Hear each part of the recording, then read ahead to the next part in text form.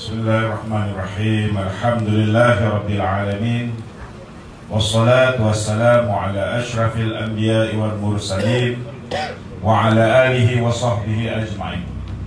Rabbi shrah li sadri wa yassir li amri wahlul 'uqdatam min lisani yafqahu qawli. Assalamualaikum warahmatullahi taala wabarakatuh. Yang saya hormati saudara pengurus majelis, yang berbahagia Datuk Akbar, Ketua UMNO Bahagian Rantau Panjang, Pak Mansur, Ketua PDM Serkat, Timbalan Ketua UMNO Bahagian Rantau Panjang. Tadi ada mana lagi? Saudara Hamsani, sahabat lama saya zaman pemuda dulu. Sahabat-sahabat ketua-ketua cawangan, sahabat-sahabat pimpinan UMNO, pimpinan PAS di semua peringkat, rakan-rakan daripada bahagian keselamatan, hadirin hadirat yang saya hormati sekalian. Malam ni alhamdulillah kali kedua saya bergandengan dengan Tok Mak Paslan. Kita dah pergi banyak PDM ni. Ini malam pertama, malam kedua saya dengan Tok Mak. Semalam kami diganggu. InsyaAllah malam ni harap tidak ada sebarang gangguan. Saudara yang saya kasih sekalian, walaupun kita begitu yakin kita boleh mengecapi kemenangan dalam pilihan raya umum, pilihan raya kecil Dun Sungai Piai ini, kita tidak boleh menganggap dan tidak boleh merasa yang kita ni terlalu selesa, tuan-tuan. Kerana sehingga ke hari ini, saudara, kedudukan walaupun nampak cerah kemenangan itu, tetapi jumlah kemenangan itu amat bahaya. Amat bahaya kerana apa? Kerana bila-bila masa saja, tuan-tuan, bila Atuk dah mari hari ini, saudara, bila Atuk dah mari ni, tuan-tuan, dia dah kira, dia dah congak. Dia tak mampu nak kalah. Kalau kalah, jatuh kemaluan ni. Betul tak? Jadi macam-macam yang akan berlaku dalam tempoh 1-2 hari ini. Besok 14, lusa 15. 2 hari ini macam-macam akan berlaku. Kita akan tengok. Bukan setakat duit akan berterbangan. Tiba-tiba orang tanya piai jadi kaya raya ke? Nelayan pun saya dengar dah dapat RM1,000. Dah dapat belum? Belum lagi. Dapat janjilah. Kalau dapat janji itu lebih kurang sama lah yang macam sebelum pilihan raya. Okay lah. Tetapi apa pun saya nak beritahu, kalau ada diterima sebarang bentuk habuan, kalau dapat gula kita kacau. Ya. Kalau dapat beras kita tak nak. Kalau dapat biskut kita makan. Kalau dapat duit kita ambil, sebab itu memang duit kita. Betul tak betul? Betul. Tuan-tuan ingat mana nak pakai duit dia? Tak. Haram, tuan-tuan. Saudara, hari ini saudara kita meletakkan calon bukan Melayu buat kali pertama dalam pilihan raya kecil mewakili Muafakat Nasional.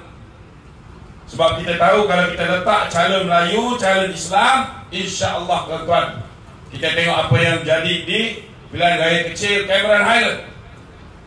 Di situ, tuan-tuan, kawasan yang boleh kita anggap sebagai kubu DAP, Melayu 53%. Alhamdulillah kita menang. Orang asli bantu kita. Kita lihat, tuan-tuan, di Semenyih orang kata tak boleh menang sebab ini kawasan pinggir bandar. BN ni dia punya fixed deposit, dia orang kata hanya orang kampung. Tetapi kita buktikan bukan hanya orang kampung sudah kembali bersama BN dan PAS, tetapi tuan-tuan, orang bandar pun sudah bersama dengan kita. Alhamdulillah. Tetapi bila kita letak Tok Mat, saya mula tak setuju Tok Mat bertanding dekat rantau ni, sebab di situ hanya ada 43% pengundi Melayu, 40 lebih, 47, 43. Saya cakap kita tak boleh ambil risiko meletak timbalan presiden. Tetapi ternyata, tuan-tuan, saya silap kerana rupa-rupanya orang India sudah kembali bersama kita dan orang Cina juga sudah kembali bersama dengan kita. ini masa yang paling baik untuk kita menguji apa akan jadi bila kita meletak calon bukan Melayu mewakili muafakat nasional. Kerana apa? Kerana kalau kita nak memerintah negara ini, kita nak hentikan kesengsaraan rakyat, kita tidak boleh menang hanya kerajaan negeri Johor. Kita kena menang kerajaan pusat. Barulah kita boleh selesaikan balik masalah nelayan, masalah pekebun kecil, masalah penerus kefelda dan semua masalah lain. Betul tak betul? Betul. Dan kalau nak ini berlaku saudara, kita ada 70%, 68 lebih dekat 70% pengundi yang Bumi Putra Melayu, campur dengan Kadazan, Dusun, Iban, Lumbawang, Kaum Sungai dan sebagainya. Sementara kita ada 23% pengundi-pengundi Cina.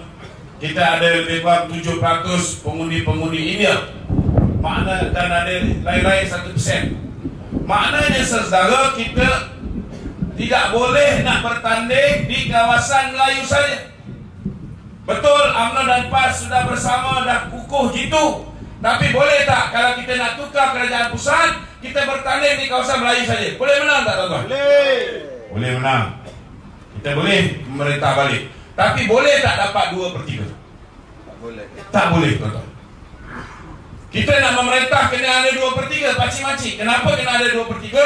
Kerana kalau tidak ada 2/3, kita tidak boleh mengubah perlembagaan, tidak boleh membetulkan sesuatu perkara yang dilakukan oleh kerajaan hari ini. Ini kena faham, tuan-tuan. Kena ada 2/3 baru senang memerintah. Jadi itu sebabnya tuan-tuan, kita kena letak calon Melayu di kawasan Melayu. Kita kena letak calon bukan Melayu di kawasan yang pengundi bukan Melayu tu ramai. Dan Tanjung Piai ini kita tahu bahawa ada lebih kurang 57% Melayu. Kali ini saudara, walaupun dikirakan kawasan ini kawasan Melayu, kali ini kita nak tengok apa jadi kepada calon Barisan Nasional yang datangnya daripada bukan Melayu. Kerana bila kita letakkan balik Datuk Seri Wee Seng ini, kita lihat apa yang berlaku dalam pilihan raya yang lepas. Bila mana ramai menteri-menteri UMNO ni tuan-tuan tersungkur, Datuk Seri Wee Seng hanya kalah 524 undi. Kenapa dia kalah sikit? Kenapa dia kalah tipis ketika gelombang tsunami fitnah ni begitu dahsyat? Sudah pasti ada jasa-jasa dia tuan-tuan kepada orang di Tanjung Piai ni. Betul tak betul? Ada orang minta peruntukan untuk surau masjid, dia bantu. Minta 10 dapat 13. Ada yang minta peruntukan untuk persatuan, untuk anak muda, untuk sukan. Jarang saya dengar saudara dia tidak membantu. Malah mana kita nak cari Cina dalam Malaysia ni tuan-tuan, setiap tahun dia akan hantar lebih kurang 10 orang untuk menunaikan fardu umrah tuan-tuan. Ada tak? Tempat lain tak merasa benda ni saudara. Jadi itu sebabnya bagi saya inilah calon yang terbaik untuk kita ketengahkan, mewakili masyarakat bukan Melayu buat kali pertamanya mewakili muafakat nasional. Selepas kita melakukan apa yang dipanggil perjanjian ataupun piagam di antara UMNO dan PAS, kita berjanji kita akan menjaga kepentingan rakyat bukan Islam. Tidak kiralah orang Cina ke orang India ke orang apa tuan-tuan, kita pastikan semua rakyat Malaysia dijaga. Jadi itu sebabnya saudara, kali ini kita meletakkan calon kita daripada MCA mewakili Barisan Nasional, iaitu Datuk Seri Wee Seng. Tuan-tuan, malam ini saya nak kupas. Orang Melayu marah dengan Pakatan Harapan ini dan mula kembali kepada Barisan Nasional. Kita tahu sebab apa. Nombor satu, kerana agama Islam sudah pun mula diperkotak-katikkan oleh Kerajaan Pakatan Harapan. Betul? Nombor dua, hak istimewa orang Melayu makin lama makin terhakis dan digantikan dengan hak istimewa DAP pula di dalam negara ini tuan-tuan. Ketiga, kita lihat bagaimana bahasa Malaysia, bahasa kebangsaan yang dulunya tuan-tuan dihormati oleh semua menteri-menteri kabinet. Hari ini menteri kabinet, kita tengok Menteri Cak Ayam macam Lim Guan Eng. Kita tengok apa dia buat. Dia buat sidang media dalam bahasa Cina, tuan-tuan. Dia buat press release ataupun kenyataan media. Kita tengok pula sigaret. Dia buat sidang media dalam bahasa Tamil, langsung tidak menghormati apa yang termaktub di dalam Perlembagaan Persekutuan, iaitu bahasa rasmi kerajaan mestilah bahasa Malaysia. Kita lihat tak pernah dalam sejarah, tuan-tuan, kedudukan Raja-Raja Melayu. Kita dengar pelabur lari, kita pernah dengar, tetapi kita tak pernah dengar agung pun lari. Betul tak betul? Betul. Tetapi di bawah pemerintahan Pakatan Harapan ni, tuan-tuan, kita lihat bagaimana Tuanku Sultan Muhammad Kelima, Sultan Kelantan, baru 2 tahun dia jadi agung, tuan-tuan. Akhirnya dia mengambil keputusan, dia meletakkan jawatan kerana tak boleh tahan dengan kebiadaban saudara puak-puak Pakatan Harapan. Kita tengok apa jadi bila mana Hishamuddin Rais. Hishamuddin Rais, tuan-tuan, ini saya kena ulang supaya tuan-tuan faham. Saya membuat laporan polis ke atas Hishamuddin Rais kerana dia dalam tube, dia punya apa ni? Dia punya website tukar tube. Dia mengatakan ke bawah Ruli yang di Pertuan Agong. Saya nak sebut pun tak sampai hati nak sebut ni, tuan-tuan, tapi saya kena sebut. Dia kata yang di Pertuan Agong kuat menutuh, tuan-tuan. Kuang ajar tak kuang ajar? Biadab tak biadab, tuan-tuan? Saudara, faham ke tak faham ni? Kedua, dia kata apa? Dia kata ke bawah Ruli yang di Pertuan Agong ni, saudara, order bertantan sabu masuk istana. Saya buat laporan polis, tuan-tuan. Hishamuddin cepat-cepat padam. Dia padam tulisan dia. Tetapi saya nak beritahu, tuan-tuan, Malaysia ini ada banyak pakar forensik. Betul tak betul? Betul. Dia padam macam mana pun masih lagi boleh dicongkir keluar. Bagilah telefon, tuan-tuan. Tuan-tuan dah erase, delete semua sekali, bagi kat SKMM. Semua dia boleh keluarkan balik. Tetapi kenapa tidak ada sebarang tindakan yang diambil ke atas Hishamuddin Rais? Hanya diambil statement dia saja. Tak dipenjara, tak didakwa. Kenapa? Ini yang mengecewakan baginda yang di Pertuan Agong. Kedua, kita lihat manusia yang bernama Kadir Jassim, orang yang menjadi ketua media kepada Council of Elders, penasihat kerajaan. Dia ambil tulisan, dia ambil perbelanjaan Queen Elizabeth di istana Buckingham, United Kingdom, 200 lebih juta, tuan-tuan. Dia ambil, dia salin tu, dia buat satu tulisan, dia kata inilah apa yang dibelanjakan oleh agung kita. Rakyat kerja setengah mati, agung hidup joli. Kenapa dia buat macam ni? Kerana dia nak menyemai kebencian rakyat terhadap ke bawah Ruli dan di Pertuan Agong dan institusi beraja. Saya buat report polis, saudara. Pada ketika itu, tuan-tuan, Kadir Jassim, saudara, telah meletakkan jawatan dia sebagai ketua unit media kepada Council of Elders ataupun penasihat kerajaan ini. Tetapi apa jadi, tuan-tuan, beberapa hari selepas itu? Beberapa hari selepas itu, saudara, walaupun tuanku minta supaya diambil tindakan, saudara, tidak ada tindakan yang diambil. Sebaliknya, tuan-tuan, Kadir Jassim dinaikkan pangkat menjadi penasihat media kepada Perdana Menteri. Ini berlaku, saudara, yang menyebabkan orang Melayu cukup marah. Selain daripada janji-janji palsu, 60 janji ini, saudara, ini 4 perkara yang menyebabkan orang Melayu cukup marah. Tetapi macam mana kita boleh menang Cameron Highland yang ramai pengundi India? Macam mana kita boleh menang Rantau yang ramai pengundi India? Macam mana kita boleh dapat tawan hati pengundi bandar? Sebabnya, saudara, orang India pun dah mula marah. Apa yang orang India marah? Orang India ni lebih kurang orang Melayu je, tuan-tuan. Mereka juga ada ramai rakyat daripada kaum India yang susah. Betul tak betul? Betul. Rata-rata mereka ni, saudara, the B40. Yang kaya-kaya, okey, mereka mungkin lambat sikit menyesal. Tetapi yang B40 ni, saudara, dia sama-sama beratur dengan kita ambil BRIM. Betul tak? Saya nak beritahu, tuan-tuan, di dalam bajet 2018, Dato' Sri Najib hanya meminta kepada kita 282 bilion ringgit. Tapi apa dia boleh bagi kepada kita? Kita tengok, tuan-tuan, dia bagi bantuan dalam bentuk BRIM. Betul tak betul? Beri mula-mula start RM500 untuk mereka yang mempunyai pendapatan isi rumah RM3,000 dan ke bawah. Apa maksud pendapatan isi rumah? Maknanya siapa yang duduk dalam satu rumah yang bekerja, duit gaji mereka dicampurkan, tak boleh lebih RM3,000. Itu yang mula-mula. 2017 pendapatan isi rumah tidak lebih daripada RM4,000. Daripada RM500 mula-mula sudah jadi RM1,200. Kalau menang jadi RM2,000. Tuan-tuan, dari mana kita dapat duit banyak macam ni? Saudara, ini kena faham. Kelebihan Datuk Seri Najib ni, dia otak dia geliga. Macam mana saya kata geliga? Malaysia sebelum ni, tuan-tuan, kita ni, kita tumpu, kita punya harapan kita punya source of income kita 42%. Tahun 2009 bila Datuk Seri Najib menjadi Perdana Menteri, kebergantungan negara ini kepada sumber petroleum 42%.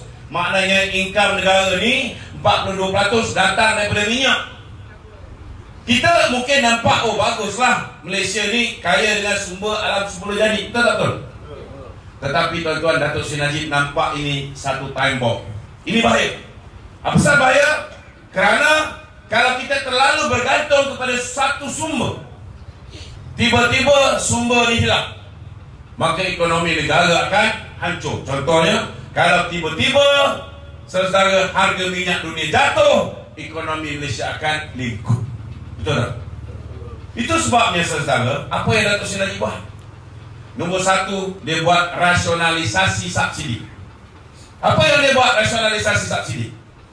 Dulu kita bagi subsidi secara pukal.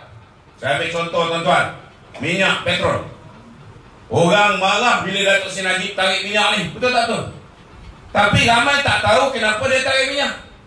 Saudara, Datuk Seri Najib ni tuan-tuan, dia bukan macam Anwar Ibrahim. Dia bukan macam orang-orang yang suka janji, yang buat rakyat sedap hati, sedangkan janji dia itu boleh memusnahkan negara. Najib bukan macam ni. Tuan-tuan, bila kita kaji subsidi minyak, siapa yang untung? Kita dapati tuan-tuan, subsidi minyak saudara menguntungkan golongan menengah dan golongan atas. Dalam Malaysia ni ada 3 kategori rakyat. Kategori pertama 20% yang paling kaya, yang income dia paling tinggi. Kemudian kita ada 40% the B40 yang income dia paling rendah. Di antara yang kaya dengan yang rendah ni tuan-tuan, dia ada apa yang dipanggil kelas menengah, pertengahan, the M40. Kita kaji 1 tahun tuan-tuan, nak subsidi RON95, nak subsidi diesel dan LPG. LPG ni gas bermasak ni tuan-tuan. Berapa jumlah dia? 2014 kalau kita tak tarik subsidi ni tuan-tuan, bulan Disember, jumlah dia 22.34 bilion. 22,340 juta ringgit tuan-tuan. Sikit banyak? Banyak. Tapi siapa yang dapat?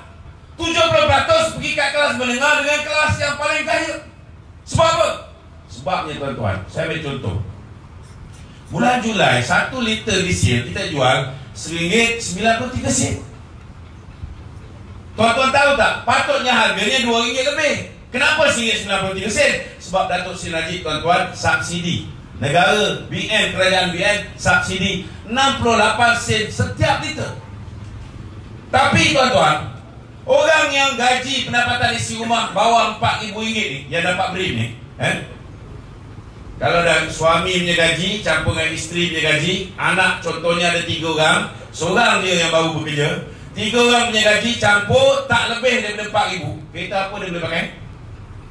Habis kuat dia pakai ni, motor kapcai yang abang tu tengah duduk. Betul tak? Motor saudara, motor boleh isi RM50 tak? Siapa yang motor boleh isi RM50? Saya subsidi 2 tahun. Ada? Saya datang ni sekarang? Ada? Tak ada tuan-tuan. Adalah satu biji motor GS Adventure. Tapi motor lain saudara, kalau motor kapcai ni boleh isi ketika itu tuan-tuan, habis kuat paling tinggi pun RM6. Hari ini boleh pergilah sampai RM7 lebih. Betul tak? Sebab satu motor kapcai ni saudara boleh isi 3 liter. Kalau setiap liter kerajaan subsidi 68 sen, berapa dia dapat? RM2.04. Tapi golongan kelas B40 ni, dia macam mana pun, bukan semua lah ada di antara mereka mampu beli kereta. Tapi kereta apa dia pakai? Mercedes-Benz? Boleh. Boleh? Tak boleh. Range Rover? Tak boleh. Tak boleh, betul tak? Jadi kereta yang dia pakai mestilah kereta yang comel-comel, yang minyak tak kuat makan. Dia pakai kancil, betul tak? Kancil tangki penuh ni tuan-tuan. Kalau kita isi tangki penuh, berapa ringgit boleh masuk? Kalau Julai 2014 tuan-tuan, boleh isi lebih kurang RM50. Kalau goncang-goncang sikit sampai nampak kat corong tu, mungkin nak tambah lagi sikit, RM51. Kalau isi RM50, berapa subsidi dia dapat? 68 sen sesama. Lebih kurang RM17.40. Ini the B40. Tetapi kelas menengah, kelas menengah, bukan orang kaya ni, kelas menengah, dia pakai Toyota Camry 2.0, dia pakai Perdana V6, dia pakai X-Trail. Tangki dia tuan-tuan, waktu yang sama, Julai 2014, tangki penuh boleh isi tuan-tuan 3 kali ganda lebih banyak daripada orang yang pakai kancil. RM150. Berapa subsidi dia dapat tuan-tuan? Lebih kurang RM52. Adil tak adil tuan-tuan? Adil tak tidak? Adil lah. Kelas menengah dapat RM52 setiap kali isi minyak. Kelas bawah B40 yang pakai kereta dapat RM17.40. Habis yang naik motor dapat RM2.04. Adil ke tak adil tuan-tuan? Tidak adil. Ini belum saya cerita yang the top 20. Kalau dia pakai kereta yang sebelum 2011, masih boleh pakai R95. Dia pakai Range Rover, dia pakai Mercedes-Benz R-Class, S-Class yang besar ni tuan-tuan. Lagi besar kereta dia, lagi kuat mentekan darah minyak, lagi banyaklah kerajaan kena subsidi golongan kaya ni. Betul tak betul? Betul. Itu sebab Datuk Seri Najib cakap, subsidi ialah bantuan kepada rakyat. Subsidi ni ialah pertolongan daripada kerajaan kepada rakyat. Bantuan, pertolongan, pemberian. Kalau nak bantu, nak tolong, tolong yang susah dulu atau yang kaya dulu? Yang susah dulu. Itu sebabnya saudara, walaupun dia tahu bila tarik subsidi minyak, memang dia akan dimaki. Tetapi tuan-tuan, dia kena betulkan benda yang tak betul ni. Maka kita mulakan dengan subsidi minyak, kita tarik subsidi minyak. Itu yang kita ada duit tunai lebih, apa kita buat? Yang B40 tadi tuan-tuan, mula-mula pendapatan isi rumah 3,000 ke bawah. Kemudian bila kita dah tarik tahun 2014 tuan-tuan, saudara, kita naikkan. Kita yang bujang kita bagi, yang anak dara pun kita bagi, yang dah tak ada dara pun kita bagi tuan-tuan. Yalah, makcik-makcik yang dah apa dipanggil? Duda janda. Yang janda pun kita bagi. Bukan takat tu tuan-tuan, bukan takat tu. Ini saya nak bagi tips ni. Tapi sekarang ni tak tahu lah. Saudara, kalau orang kahwin 4 sekalipun, isteri pertama, saudara, suami mohon letak nama isteri pertama dan anak-anak dia. Kalau pendapatan isi rumah dia bawah 4,000, kita bagi. Isteri kedua, jangan suami mohon lagi, memang tak dapat.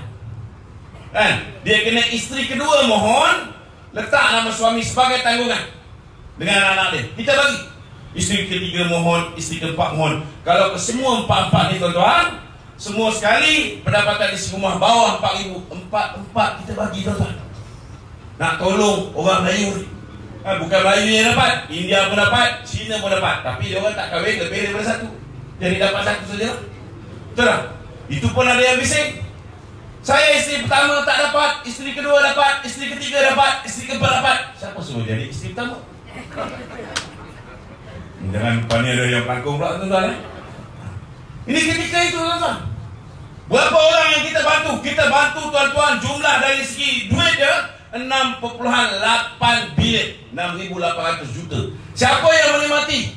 Saudara, kita bagi kepada 7.2 juta keluarga tahun 2017, 2018. Bila mereka memerintah tuan-tuan, Guan Eng ni saudara, Guan Eng bila dia memerintah 2019, dia mohon bajet 35 bilion, hampir 35 bilion, lebih banyak daripada apa yang Datuk Seri Najib minta. Tetapi bila dia memerintah saja saudara, daripada 7.2 juta yang menerima BRIM, dia potong tuan-tuan. Dia potong tinggal 4 juta. Lepas tu potong lagi. Saya dengar sekarang ni tinggal lebih kurang dalam 2 juta orang saja yang menerima dia. Sedangkan dia minta duit lebih daripada apa yang Datuk Seri Najib minta. Betul tak betul? Kemudian apa lagi yang Datuk Seri Najib buat? Subsidi pukar. Macam minyak tadi, dia tarik balik.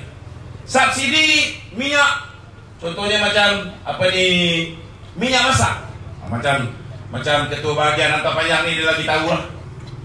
Saudara, ketua ini kita punya minyak masak Malaysia ni, tuan-tuan, penggunaan tak sebanyak yang minyak yang kita subsidi. Sebab apa? Sebab yang banyak kita subsidi, tuan-tuan, kita subsidi orang Thailand. Sebab setiap hari minyak kita daripada Rantau Panjang, daripada apa ni, Bukit Bunga, Bukit Bunga, Bekalan Kubur, minyak ni diseruduk pergi ke Thailand. Sama juga dengan petrol, sama, tuan-tuan. Begitu juga orang Singapura. Orang Singapura adalah kaya raya, tuan-tuan, sebab mata wang dia 3 kali ganda. Hari ini sementara RM3.60. Sahabat saya baru pergi tadi pada Pak Nino. Dia pergi tukar saudara, RM10, 10 Sing dolar, kena bayar RM36. Nak beritahu ni. Apa jadi? Habis semua. Setiap minggu saudara, mereka datang isi minyak kat Malaysia. Lepas tu masuk, dia beli minyak masak kita, dia beli barang-barang keperluan kita yang disubsidi ni. Itu sebabnya saudara, Datuk Seri Najib memutuskan kita kena kurangkan subsidi, tetapi kita pastikan rakyat ni cukup bekalannya. Jadi macam mana nak elakkan daripada barang ni diseruduk keluar, tetapi rakyat masih dapat minyak yang bersubsidi? Saudara, kita tukar botol kepada 1 kilogram. Itu punca dia. Kalau botol besar-besar yang 15 kilo, yang 5 kilo, senang diangkut keluar, betul tak?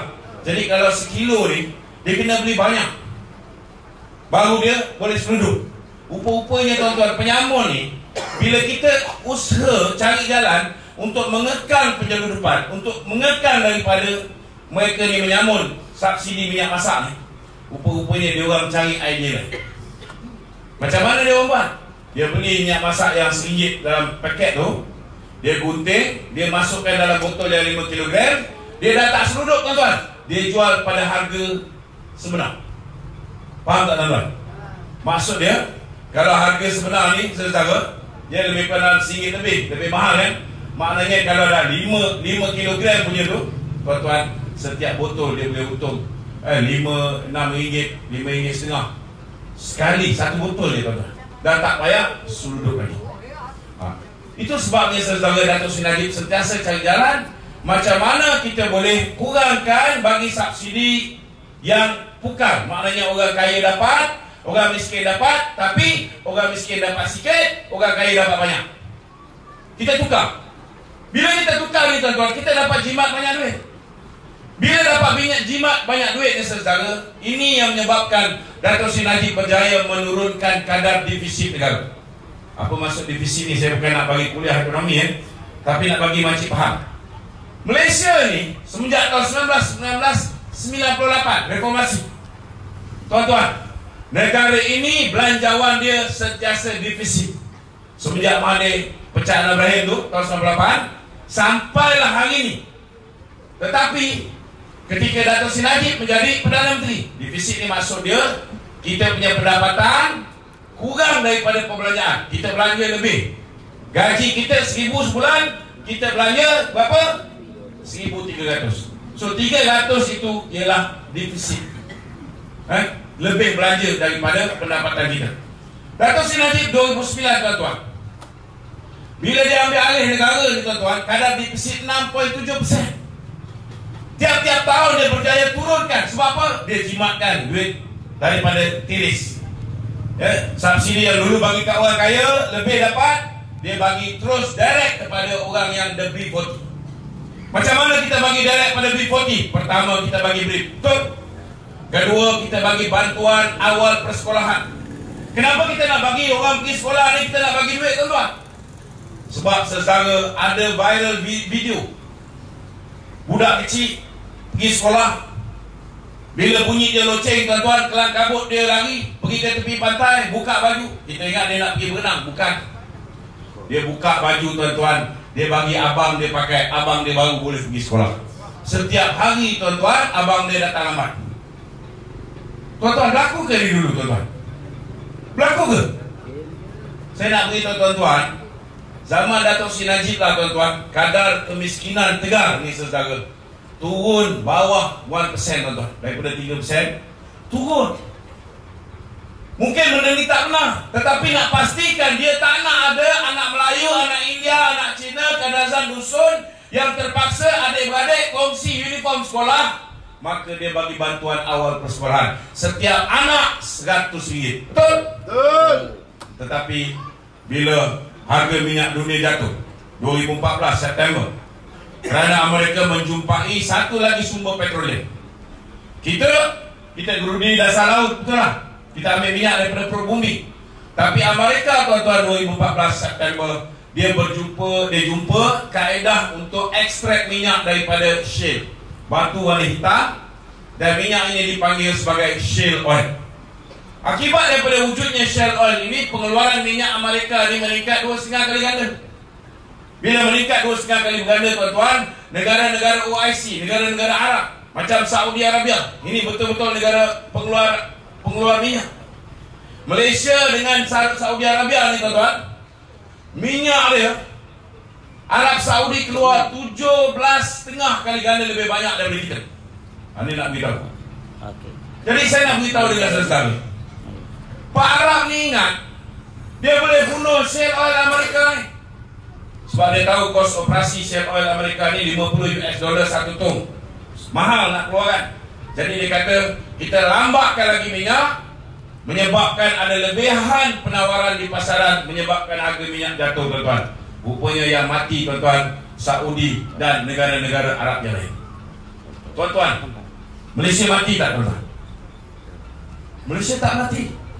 Kita tengok apa jadi kepada negara pengeluar minyak Brunei yang kaya raya. Bila harga minyak dunia jatuh 2014 tuan-tuan, 2015 Brunei potong gaji kaki tangan awam dia 15%. Betul? Malaysia potong tak gaji kaki tangan awam? Tak ada. 2014 harga minyak dunia jatuh. 2015 Datuk Seri Najib umumkan, tahun ini saudara, tahun 2015 kita naikkan gaji kaki tangan awam. Dua mata anak tangga. Tak terpelik tu tuan-tuan. Orang lain pelik. Mesir pelik, dia kena naikkan harga minyak 60%. Saudi Arabia pelik, dia kena naikkan harga minyak 40%. 2017 dia naikkan 126% harga minyak dia sekarang ni tuan-tuan. Lebih kurang sama dengan harga minyak kita. Dia pelik. Minyak Malaysia tak banyak. Minyak Malaysia ni tuan-tuan, untuk maklumat saudara, kita keluarkan minyak betul, tapi jumlah minyak yang kita pakai lebih banyak daripada minyak yang kita keluarkan. Ini ramai orang tak tahu. Tetapi tuan-tuan, kita bukan hanya tak naikkan harga minyak macam Mesir, Jordan, Tunisia, Arab Saudi, tetapi mulai Disember 2014 tuan-tuan, bila kita uploadkan harga minyak mengikut harga pasaran, harga minyak daripada RM2, RM2, RM3 ni tuan-tuan turun sampai RM1.60 selama 2 tahun tuan-tuan. Saudara, bila kita berjaya jimatkan, kita bagi subsidi pukal kepada subsidi bersasar, dan kemudian Datuk Seri Najib laksanakan apa yang dipanggil GST. Semua pemimpin Malaysia ni tuan-tuan, Malaysia ni paling lama kaji pasal GST ni. Kenapa kaji lama sangat? 1983 lagi Tun Daim sudah menghantar kita penyelidik mengkaji nak laksanakan GST pada tahun 1983 ke Korea Selatan. Bila 1985 dia kata kita tak boleh laksanakan, takut orang marah, rakyat marah. Anwar Ibrahim 1982 kata kita akan laksanakan GST sama macam negara-negara lain. Tuan-tuan, akhirnya dia kata kita tak boleh laksanakan, takut rakyat marah. Zaman Pak Lah 2008 dia dah patut nak laksanakan GST, tapi 2008 harga minyak dunia jatuh, saudara. Rakyat semua sengsara. ketika itu dia batalkan hasrat nak laksanakan GST. Tetapi Datuk Seri Najib, tuan-tuan, bila dia kata dia nak laksanakan, dia tak peduli dah apa orang cakap. Padahal dia tahu, tuan-tuan, dia tahu apa jadi dengan Howard di Australia. Bila dia laksanakan GST, John Howard, tuan-tuan, dia kalah pilihan raya. Dia kalah. Tetapi tuan-tuan, kenapa Datuk Seri Najib laksanakan juga? Ini saya nak beritahu. Saudara, GST ni ialah sistem percukaian yang set policy. Maksud dia boleh mengawasi diri dia sendiri. Ramai tak tahu, tuan-tuan, peniaga-peniaga DAP ni, saya nak beritahu ulang ni, mereka ni, saudara, pendapatan tahunan dia kalau 1 juta, dia declarekan kerajaan 10 juta. Sorry, kembali. Pendapatan dia 10 juta, dia declarekan kerajaan 1 juta. Boleh tak kita cek? Tak boleh. Sebab ada lebih 7 juta, tuan-tuan, syarikat yang berdaftar. Kita punya kalau nak panggil pegawai income tax pergi serbu satu-satu cek, bila nak habis, tuan-tuan? Jumlah keseluruhan pejabat awam pun 1.6 juta orang saja. Saya nak beritahu saudara, itu sebabnya di bawah sistem SST ni, dia terlalu banyak keterisan. Dia ada cukai bertingkat, cukai berganda, dia ada aktiviti pemindahan harga. Akhirnya, tuan-tuan, berapa banyak yang kita boleh kutip melalui SST? Saya ambil contoh tahun 2014.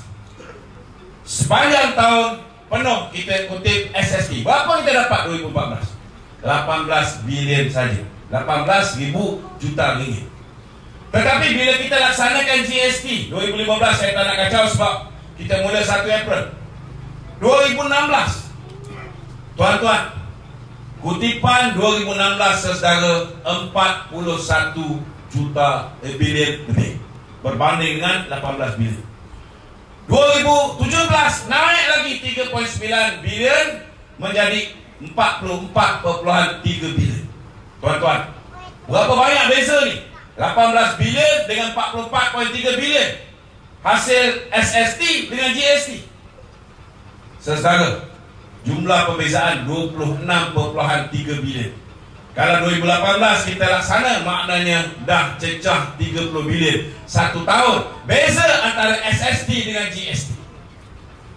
Kenapa kita boleh dapat banyak kutipan ni? Sebabnya, tuan-tuan, GST ni, sistem dia, bila contohnya tokek kilang kasut, dia nak buat kasut, dia beli kulit, dia kena bayar cukai GST dulu. Ini dipanggil cukai input. Bila dia jual, dia kenakan cukai GST lagi sekali, dipanggil cukai output. Apa maknanya, tuan-tuan? Bila tokek kasut pergi beli kulit kasut, dia beli getah kasut, kita dah tahu dah berapa banyak kasut yang dia nak buat, berapa banyak pendapatan dia yang dia boleh dapat dalam tahun itu kalau dia boleh jual ke semua kasut.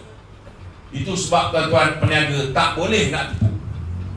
Bila dia jual kasut dia, tuan-tuan, secara dia boleh claim balik input tax dia. Dia boleh claim balik. Kalau dia tak declare atau dia larikan diri daripada bayar cukai, tuan-tuan, larikan diri daripada bayar SST, dia tak boleh tuntut balik cukai input yang dia sudah bayar. Itu sebabnya, saudara, kita dapat pendapatan hampir 30 bilion lebih bila kita laksanakan GST. Itu yang peniaga-peniaga DAP ni, saudara, dia tak suka dengan GST. Sebab dengan GST dia tak boleh tipu, dia tak boleh pindahkan harga. Faham tak pindahkan harga? Saya ambil contoh. Saya tokek kedai kasut, harga kasut, saudara, saya jual dengan harga RM100. Saya jual dengan Hamsani pemborong kasut. Daripada kilang saya keluar kelemahan SST ni, cukai hanya diambil daripada kilang itu bila barang keluar dari kilang. Berapa cukai jualan? 10%. Bila saya jual kasut ke Hamsani RM100, saya dapat 10%. Kerajaan ambil RM10. Ini pendapatan negara. Tuan-tuan tahu tak apa yang pok-pok DAP ni buat? Sebelum dia jual ke Hamsani, dia suruh abang dia, adik dia, kakak dia buat syarikat hantu. Bukan pengundi hantu, tuan-tuan. Syarikat pun ada hantu. Contohnya adik saya nama Akbar. Sebelum saya jual dekat pemborong sebenar tuan-tuan, saya jual dekat Akbar dulu. Tapi bila saya jual dekat Akbar tuan-tuan, saya tak jual lah harga kasut sebenar. Kasut tu harga RM100, tapi saya jual dekat adik saya dengan harga RM20. Kalau saya jual pada pemborong sebenar tuan-tuan, saya akan bayar cukai kepada kerajaan 10% daripada 100. Berapa kena bayar? RM10. Betul tak? Tapi bila saya jual dekat adik saya hanya RM20, 10% daripada RM20 berapa ringgit? RM2. Berapa kerajaan hilang tuan-tuan? RM8. Itu baru sepasang kasut. Mana ada kilang yang hanya buat satu kasut, dua kasut, 1000 kasut, mestilah beribu-ribu lemon. Betul? Itu yang sebabnya tuan-tuan kita hilang duit negara, hilang. Tapi bila kita angkat Bahalol nama Lim Guan Eng jadi Menteri Kewangan tuan-tuan, hari ini saya baca Bloomberg tuan-tuan ketawa. Wartawan kita, wartawan Bloomberg ni, wartawan sebuah akhbar bisnes, dia ketawa. Dia kata apa Malaysia ni gila ke? 170 buah negara daripada SST dah bertukar pergi GST yang lebih baik, yang lebih efisien. Tetapi Malaysia negara pertama yang paling bodoh dalam dunia tuan-tuan, patah balik pergi buat SST. Dia hidupkan balik arwah SST yang dah meninggal dunia. Itu sebab saya tak terkejut bila mana saya Saddiq kata arwah Karmaini Al-Sardini walaupun dah masuk Tin Sadin, dia boleh bertanding balik dekat Tanjung Piai. Memang dia biasa tuan-tuan. Bila dia hilang 30 bilion ni tuan-tuan, apa jadi? Dia hilang 30 bilion saudara. Ini menyebabkan tuan-tuan, dia minta 35 bilion lebih banyak daripada apa yang Datuk Seri Najib minta. Tapi saya nak beritahu tuan-tuan, dengan pendapatan daripada GST ni, saudara, apa yang Datuk Seri Najib boleh buat selain daripada BRIN, selain daripada bantuan RM100 untuk anak-anak? Mula-mula kita bagi semua orang, tapi bila harga minyak dunia jatuh, kita bagi kepada pendapatan isi rumah RM3,000 dan ke bawah. Betul? Kemudian kita bagi bantuan anak masuk ke matrikulasi. Kita bagi apa yang dipanggil sebagai voucher siswa satu Malaysia, voucher buku RM250. Universiti pun dapat RM250. Betul? Nelayan, apa yang kita tak bagi kat nelayan tuan-tuan? 1MDB bagi enjin motorbot, 1MDB bagi motorbot. Ada pula nelayan ni tuan-tuan, dia jual motorbot tu ada juga. Bukan nelayan di sini lah, nelayan tempat lain. Yang tak jual dia pergi tangkap ikan sebelah utara lah, saya tak beritahu yang sebelah selatan ni. Bila itu hari harga minyak dunia jatuh, sebab minyak jatuh tuan-tuan, harga bat Thailand lebih mahal daripada Malaysia. Betul tak betul? Apa yang nelayan ni buat? Dia pergi jual dekat nelayan Thailand, kan? Tiba-tiba kita tengok harga ikan kembung naik RM17 tuan-tuan. Dulu kita bagi kucing dia makan. Betul? Betul tak? Naik RM17, kita terpinga-pinga. Kenapa? Bukan musim tengkujuk, bukan musim laut bergelora. Kenapa tiba-tiba ikan kembung ni jadi mahal? Kita fikir-fikir, tuan-tuan, kita pun import lah ikan kembung daripada Thailand. Bila sampai-sampai kita tengok gigi, rupa-rupanya ikan Malaysia tuan-tuan. Ini saya gurau kan. Saya gurau. Nanti pakcik nelayan kata, mana ada boleh tengok gigi, boleh tahu ikan Malaysia? Tak ada. Ini saya bergurau. Tuan-tuan, apa yang Datuk Seri Najib buat? Nak pastikan nelayan ni saudara bawa balik hasil tangkapan. Kita buat apa yang dipanggil sebagai, kita bagi subsidi sekiranya nelayan ini mendaratkan ikan dia di jeti-jeti tempatan kita. Bagi subsidi lagi. Pergi ke laut dulu, mula-mula kita bagi apa yang dipanggil sebagai subsidi. Betul Pak Mansur? Kita bagi subsidi kan? Subsidi disit. Kemudian kita tukar, kita bagi bantuan bulanan. Berapa lebih kurang? RM300. Betul tak? Sekarang ada lagi bantuan ni? Tak ada dah. Tak ada. Sebab apa tuan-tuan? Sebab rata-rata bantuan ini saudara dinikmati oleh orang Melayu. Nelayannya banyak Melayu. Betul tak betul? Kenapa dia tak potong benda lain? Kenapa dia potong yang banyak orang Melayu? Begitu juga saudara, dulu yang tanam padi ni banyak orang Melayu juga. Sementara menunggu hasil tuaian tuan-tuan, bila kita bagi bantuan ke orang yang tanam getah ni saudara, bulan 11, bulan 12 macam sekarang ni, bulan 1 musim hujan, boleh tak pergi menoleh? Boleh? Tak boleh.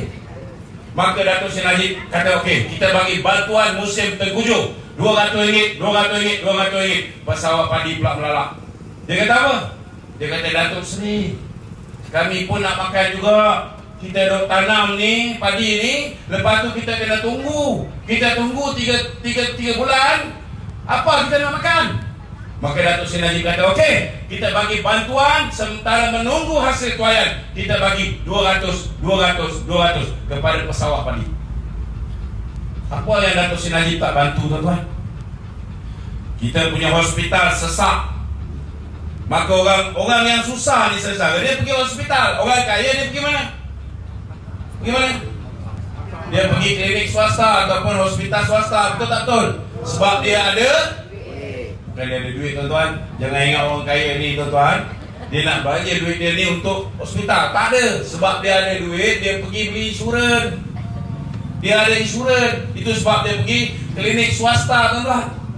Saya nak beritahu saudara, anak saya lahir kat hospital biasa. Berapa saya kena bayar? RM59 je.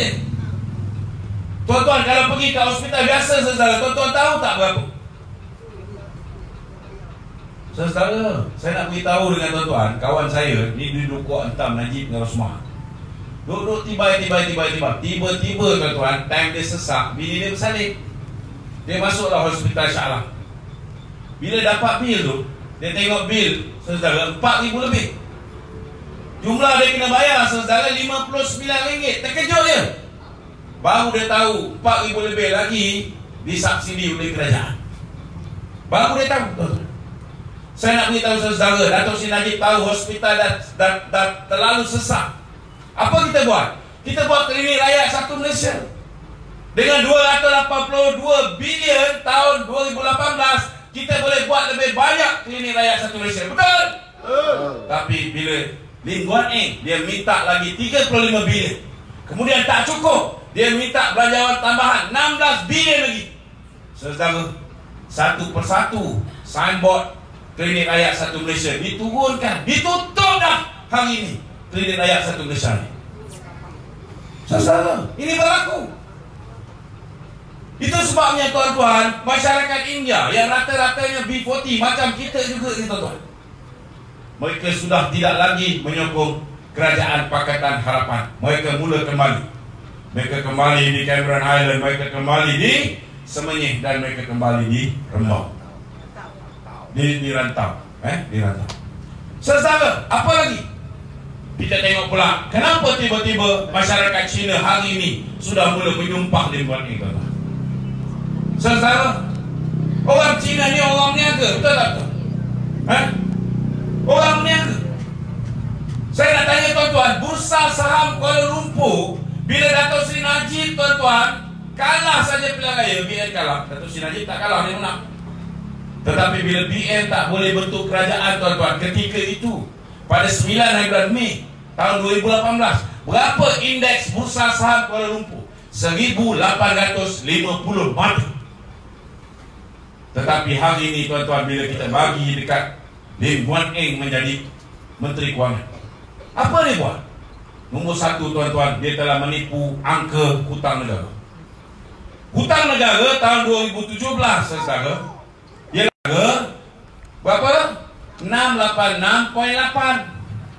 Tapi bila Menteri Kewangan buat kenyataan, dia kata hutang negara 1.12 trilion.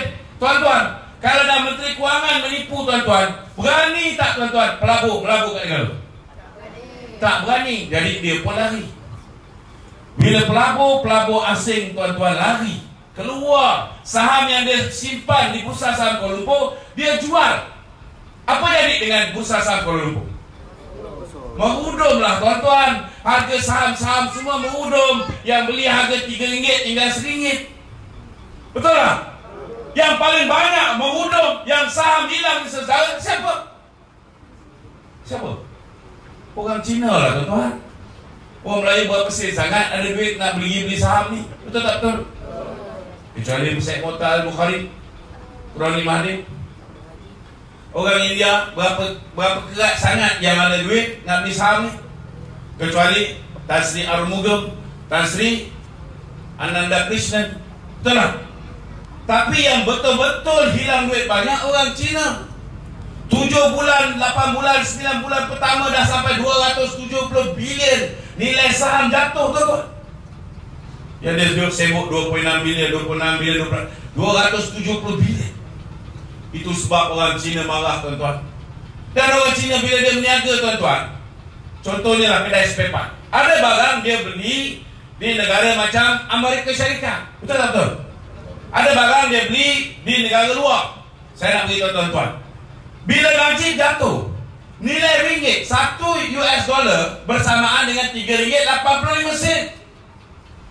Hari ini tuan-tuan, 1 US dollar saudara bersamaan dengan 4 ringgit berapa sen? 4 ringgit 17, 18, itu hari sampai 21 sen. Hari ini saya nak beritahu, Bloomberg tulis saudara, mata wang ringgit adalah mata wang yang paling buruk prestasinya di Asia, tuan-tuan, bulan ini. Siapa yang sengsara? Yang sengsara, tuan-tuan, kebanyakannya orang Cina. Sebab apa? Yang banyak hantar anak pergi universiti. Tuan-tuan, anak yang universiti ni, saya nak tanya depan tuan-tuan, siapa yang anak dia pergi universiti dalam negara? Angkat tangan. 1. Yang lain anak tak pergi universiti ni? Angkatlah, jangan malu. Siapa yang universiti dalam negara? Jangan malu kak, bangga ni anak masuk universiti.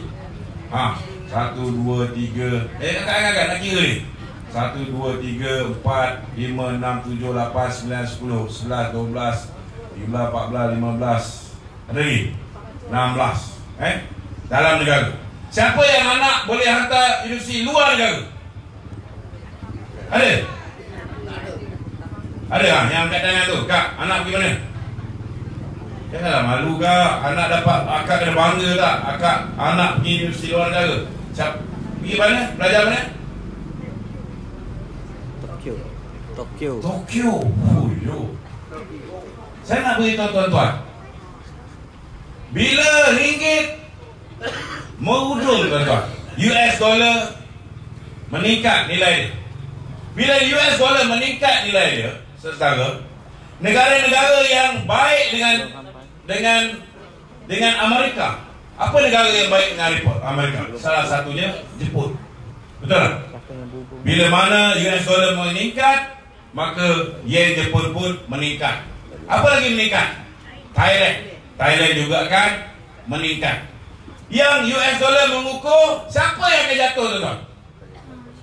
Siapa? Nombor 1 yang akan jatuh, musuh Amerika. Siapa dia? Rusia. Russian Rubles akan jatuh.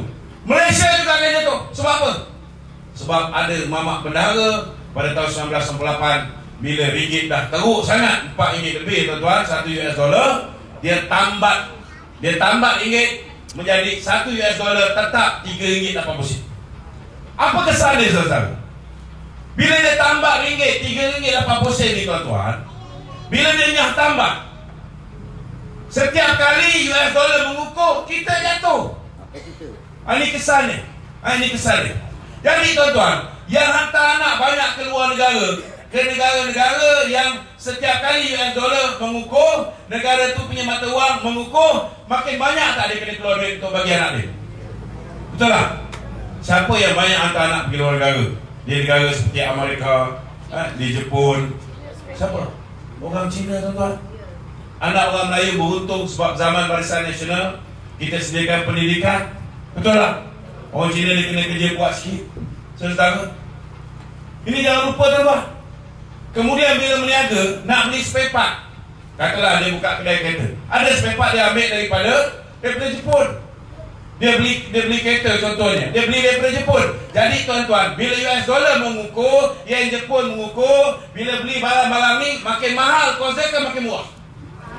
Makin mahal. Terkesan tak dia orang, tuan-tuan? Saudara, saya nak beritahu saudara, perniagaan di Malaysia ini semenjak Pakatan Harapan memerintah, saudara, perniagaan rata-rata yang kita orang buat penyelidikan. Paling tidak pun saudara merosot 30%. Tetapi ada yang merosot tuan-tuan sampai 60%.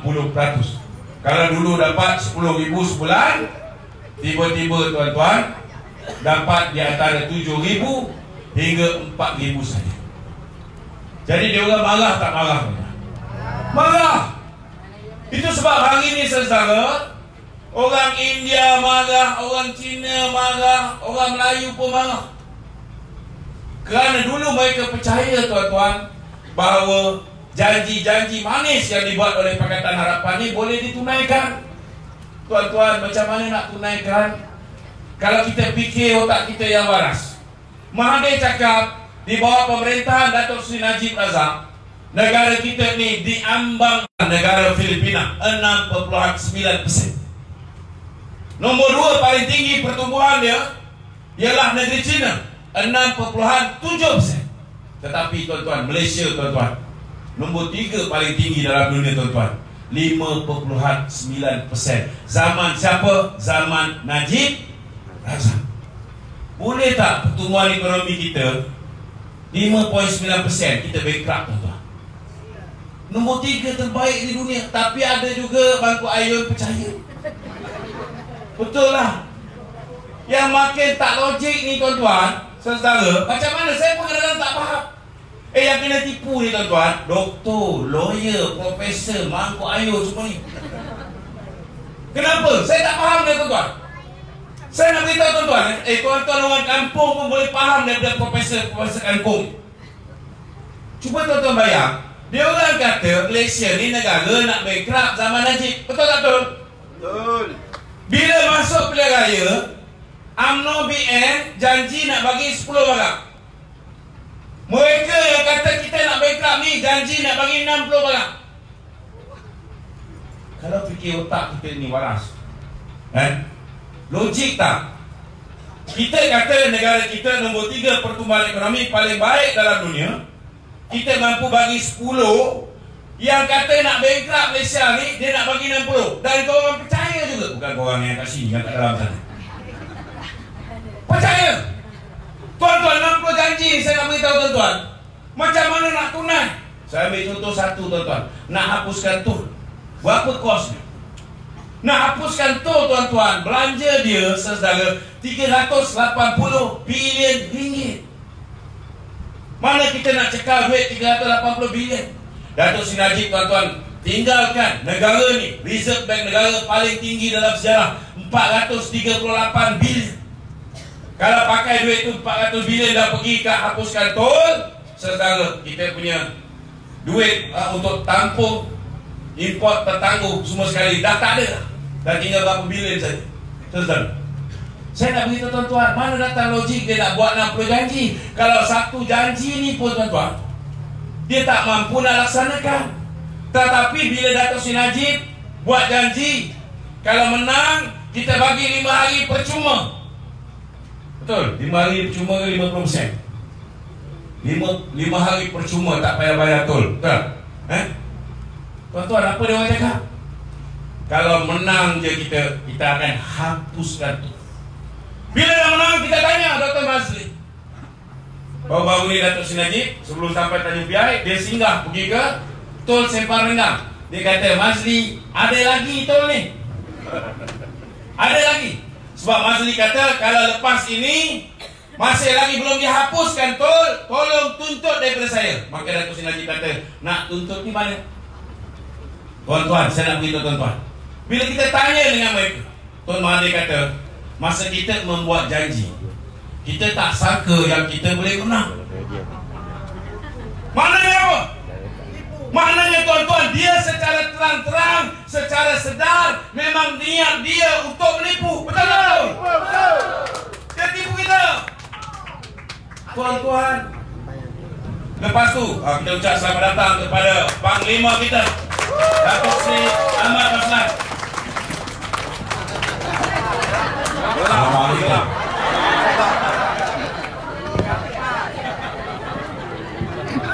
Kita bagi dia minum dulu. Gua apa dah start tu? Itu tengah berjalan tu. Okey, cantik. Seminit lagi. Seminit lagi. Saya kena gulung. Tuan-tuan, maknanya dia memang tegang-tegang menipu. Betul tak betul? Lepas tu bila kita tanya, kalau kamu dah tahu, kamu tak mampu nak buat, kenapa kamu letak dalam manifesto? Dia jawab apa? Dia kata masa kita buat manifesto tu, kita tak ada data kewangan. Kita tak tahu berapa kos nak hapuskan tol. Kepala bapa dia.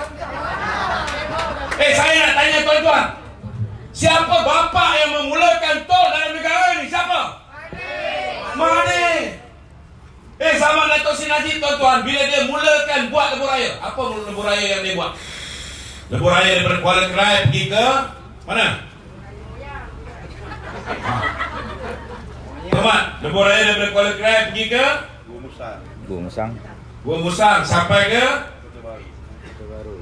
Sesetara. Ada tol tak ada? Tak ada.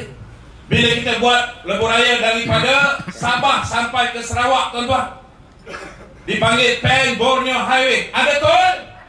Tak ada. Yang buat tol ni tuan-tuan Mahathir. Kalau dia yang memulakan tol, takkan dia tak tahu kalau nak hapuskan tol kita kena bayar pampasan 380 bilion. Dia tahu. Tetapi kenapa dia diam? Dia tak beritahu pada mangkuk-mangkuk ayun ni yang buat. Dah. Dia diam, dia suka. Habis dah seminit. Maka akhirnya tuan-tuan, maka akhirnya rakyat semua tertipu. Ceramah di Saudara, bila kita ditipu tuan-tuan, bukan hanya orang Melayu kecewa, orang India kecewa, orang Cina juga sudah kecewa. Itu sebabnya saudara, saya merayu pada tuan-tuan, kita kena bagi pukulan lipat maut pada Mahathir. Boleh? Kita kena bagi pukulan lipat maut sampai dia tak boleh bangun. Hari ini saya nak beritahu saudara, dalam satu pertemuan di antara Tuan Dr. Mahathir dengan semua ketua cawangan khas, ketua-ketua cawangan khas seluruh negara ni tuan-tuan, berjumpa di Azerbaijan. Mahathir dilaporkan Anwar Ibrahim dah ada 113 orang dah ready nak jadi Perdana Menteri. Berapa yang menyokong Mahathir? Tinggal 48 ekor je tuan-tuan. Tinggal 48 orang. Saudara, tuan-tuan rasa Anwar Ibrahim akan jadi Perdana Menteri tak? No way tuan-tuan, Mahathir tak akan bagi. Hari ini Anwar bangun pergi kencing malam pun tuan-tuan, Mahathir dah tahu tak? Mahathir dah tahu. Maknanya kalau betul Anwar cukupnya jumlah, dia nak pergi buat undi tak percaya ke atas Mahathir, atau dia nak pergi menghadap tuanku untuk beritahu dia ada lebih daripada 112 orang. Belum sempat dia sampai istana tuan-tuan, Mahathir dah duduk sebelah dia tuan aku. Dia akan buat apa? Dia akan minta supaya Tuan Agong membubarkan parlimen. Dan itulah apa kita orang PAS, orang UMNO, MIC, MCA mahukan. Betul tak tu? Tak payahlah kita nak kerjasama dengan Mahathir. Tak payahlah kita nak kerjasama dengan Anwar. Kita hanya kerjasama dalam muafakat nasional ini. Kita tekan Mahathir sampai dia dah sampai corner, dia dah tak boleh lagi nak tahan dengan tekanan kita. Last kali dia menghadap tuanku, dia kata, kita bubarkanlah tuanku, hamba dah tak tahan lah. Itu kita kena buat. Boleh? Boleh. Dan cara yang paling baik, yang paling bermaruah, yang paling kick tuan-tuan, kalau nak kenakan pukulan lipat maut pada Mahathir ini tuan-tuan, ialah dengan memastikan pada 16 hari bulan ini kita menangkan calon Barisan Nasional Datuk Seri Wee Ka Siong. Kenapa? Datuk Seri Wee Ka Siong. Kerana dengan menangnya Barisan Nasional di Tanjung Piai ini tuan-tuan, saudara, mesej dia apa?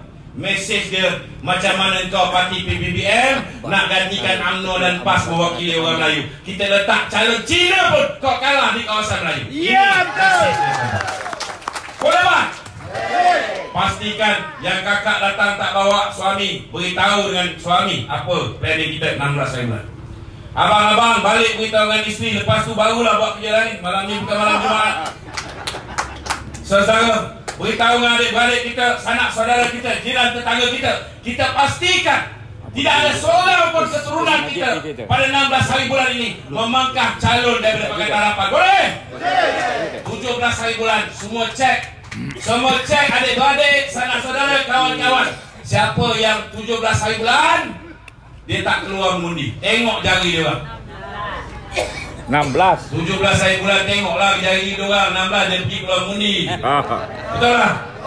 17 hari bulan, kalau jari dia orang ini tak ada biru tuan-tuan, saudara kita boykot. Kecuali kalau dia betul-betul ada masalah, sakit kecil manis ke, jangan sampai ada sakit kecil kawan tuan-tuan, biar ada kecil manis.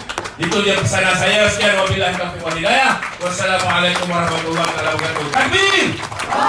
Tidak barisan! Tidak barisan! Tidak barisan! Itulah ucapan yang telah diberikan oleh yang berbahagia Datuk Berapa tempat malam ni? Dan seterusnya belum panggil dia dah pegang mic. Nah, saudara pun tak layak lagi. Inilah dia Datuk Sri Ahmad Maslan. Dengan segala hormatnya juga saudara. Bangun tidak puan-puan, bangun. Yang kursi ni kenapa? 1, 2, 3, 4 ni? Tak tahulah. Sama ada dia letak ke belakang kursi itu ataupun diisi dengan orang. Bangun, bangun. Tolong adjust kursi. Masuk. Imam, kursi itu kita letak tempat lain. Kursi yang tak ada orang letak tempat lain. Penuh. Nanti tuan-tuan, nanti mereka akan ambil hanya kursi itu. Lepas tu dia kata Lokman Adam ceramah, orang tak datang. Okey, tak ada sos, tidak ada satu kursi pun yang kosong. Kalau kosong kita letak di belakang kursi. Okey. Apakah yang saya nak buat dengan perempuan yang tuan-tuan yang berdiri ni? Mudah saja. Genggam tangan. Sebut apa yang saya nak sebut ni, ikut apa yang saya nak cakap ni. Hidup rakyat. Tolak PH. Hancur zalim. Takbir. Sila duduk, jangan lari. Pak Mansur selaku Ketua PDM, Pak Rohaizat selaku Siuser, Saudara Akbar Ketua UMNO Bahagian Rantau Panjang, dan Datuk Lokman Nur Adam. Beri tepukan pada beliau, Bapak. Lama dia berceramah, menunggu saya. Saya fikir setengah jam sampai daripada Tanjung Air Hitam. Jauh hujung belah sana, nak pergi ke hujung sebelah sini, jalan pula tersumbat, kawan. Nak laju sangat kan nanti ada pilihan raya kecil pula ke Pontian. Jadi saya minta adik saya, kebetulan dia memandu, berhati-hati, tak maaf lewat hadir. Tuan-tuan dan puan-puan, seperti biasa dulu orang panggil saya Mat GST, sehari dua ni orang panggil saya Mat Pantun.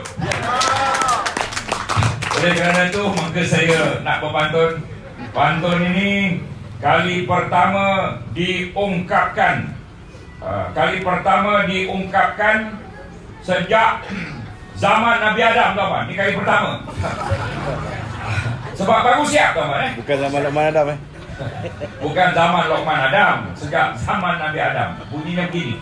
Yang ini daripada, ni FB ke SB, tuan-tuan? Ni FB ke SB? FB, ya. Ini sama ke? Ini FB. Ada kadang-kadang ada FB, ada SB. SB mana? Itu SB. Betul? Betul. Ngaku je lah. Tuan-tuan perempuan, begini pantunnya. Pantunnya mudah aja. 1, 2, 3, 4 5, 6, 7, 8. Mari kita bermuafakat. Ayo sokong barisan. Boleh? Satu lagi pantun. Simple je pantunnya. Tepuk amai-amai, belalang kupu-kupu. Mari ramai-ramai, tolak PH penipu. Satu lagi tuan-tuan, yang ini saya dah popularkan serkat ni ke serata alam. Daripada kutub utara sampai kutub selatan, dengan menyebut dalam pantun itu ada serkat. Dia bunyi begini. Dari Pontian pergi Penirok, singgah serkat untuk memancing. Pakatan Harapan memang teruk, semua rakyat kena kencing. Itu memang mesti ditepuk punya lah patut. Ada satu lagi, apabila kita mendengar Saudara Lokman Adam berceramah, tentulah semangat kita berkobar-kobar.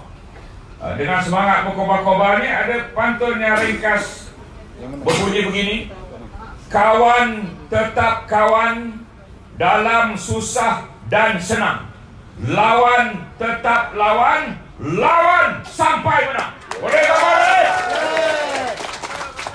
Lawan tetap lawan sampai menang. Sekian ucapan saya.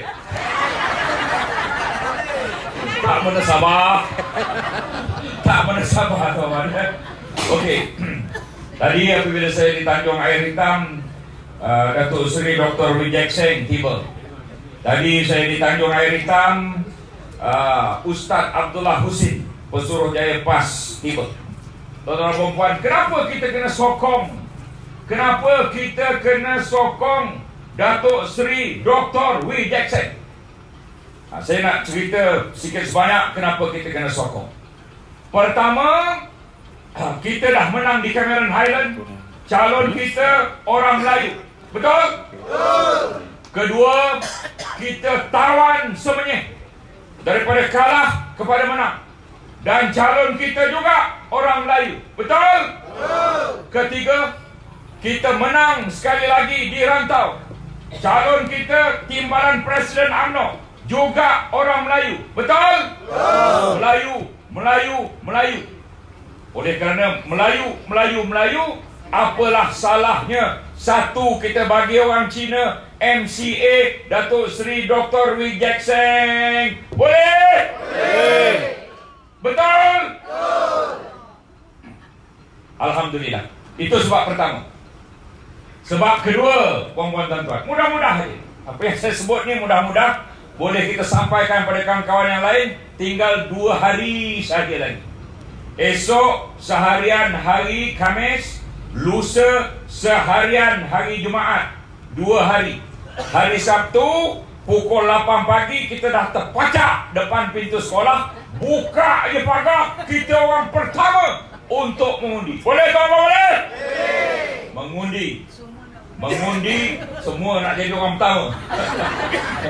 Mengundi calon nombor berapa tuan? 2. Kalau angkat tangan 2 tu, angkat macam ini. Jangan terbalik tuan, terbalik lain makna. Angkat yang ini muka ke hadapan, angkat begitu. Mari kita angkat ramai-ramai. Man, pusingkan MP tu, tunjuk pada gua. Siapa yang tak angkat, dia tak menyokong. Saya nak tengok muka siapa yang tak angkat. Terima kasih. Calon kita calon nombor 2. Terima kasih. Wijek Seng menang macam ni. Kalau kita tengok orang serkat, kalau orang serkat kata menang, menanglah seluruh Tanjung Pian. Kuncinya di serkat. Dan kunci serkat itu pada Pak Mansur. Kalau Pak Mansur kata biru, biru. Kalau Pak Mansur kata coklat, coklat. Malamnya coklat tak ada yang bertanding, tahu Pak. Okey. Sebab yang kedua kenapa? Sebab kedua begini. Ya. Sebab kedua ialah muafakat nasional. Kita ni bukan hanya penyatuan ummah yang kita sign pada 14 hari bulan 9 di Dewan Merdeka PWTC itu. Bukan hanya penyatuan ummah, tapi yang ditandatangani antara Presiden UMNO dan Presiden PAS, Datuk Seri Dr. Ahmad Zahid Hamidi dengan Tuan Guru Datuk Seri Haji Abdul Hadi Awang, yang kita tanda tangan dalam Dewan Keramat Dewan Merdeka itu.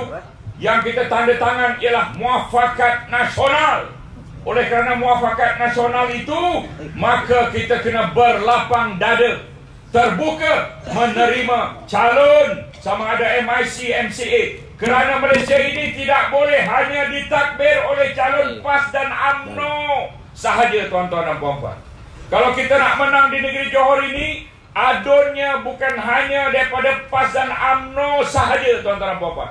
Kita kena ada adun MCA, kita kena ada adun MIC.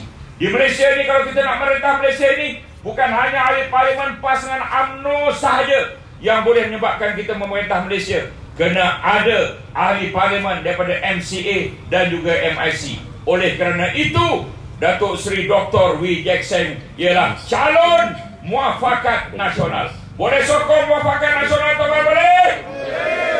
Itu sebab kedua. Sebab pertama tadi, Melayu, apa salah bagi Cina seorang? Sebab kedua, Muafakat Nasional, kongsi kuasa antara Melayu, Cina, India. Barulah Johor ini boleh diperintah oleh Barisan Nasional. Muafakat Nasional baru boleh memerintah negara Malaysia ini. Itu sebab kedua. Sebab ketiga, tuan-tuan dan puan, saya dah pergi 25 daripada 27 BDM dalam Tanjung Piai. Sebab yang ketiga ini, Datuk Seri Dr. Wee Jack Seng sendiri. Beliau bukan Cina Kuala Lumpur, beliau bukan Cina Muar, beliau bukan Cina Johor Bahru. Beliau Cina anak tempatan, Kampung Batu 2, Kampung Sawah, Pekan Nenas, Tanjung Piai, Pontian. Beliau anak tempatan, tuan-tuan. Beliau anak tempatan, bukan Cina kaya, Cina yang susah hidupnya asal. Dan beliau pernah jadi adun, pernah jadi 2 kali ahli parlimen, pernah jadi susah politik menteri, pernah jadi timbalan menteri belia dan sukan. Dengan lain perkataan, beliau anak tempatan. Yang kedua, beliau banyak pengalaman. Yang ketiga, ada orang tanya saya, kenapa beliau tak nampak muka setahun lebih apabila kalah, lepas kalah. Saya tanya dia, tuan-puan, apa dia jawab? Dia kata dia menghabiskan untuk tesis ijazah doktor falsafah dalam bidang pengurusan awam, tuan-puan.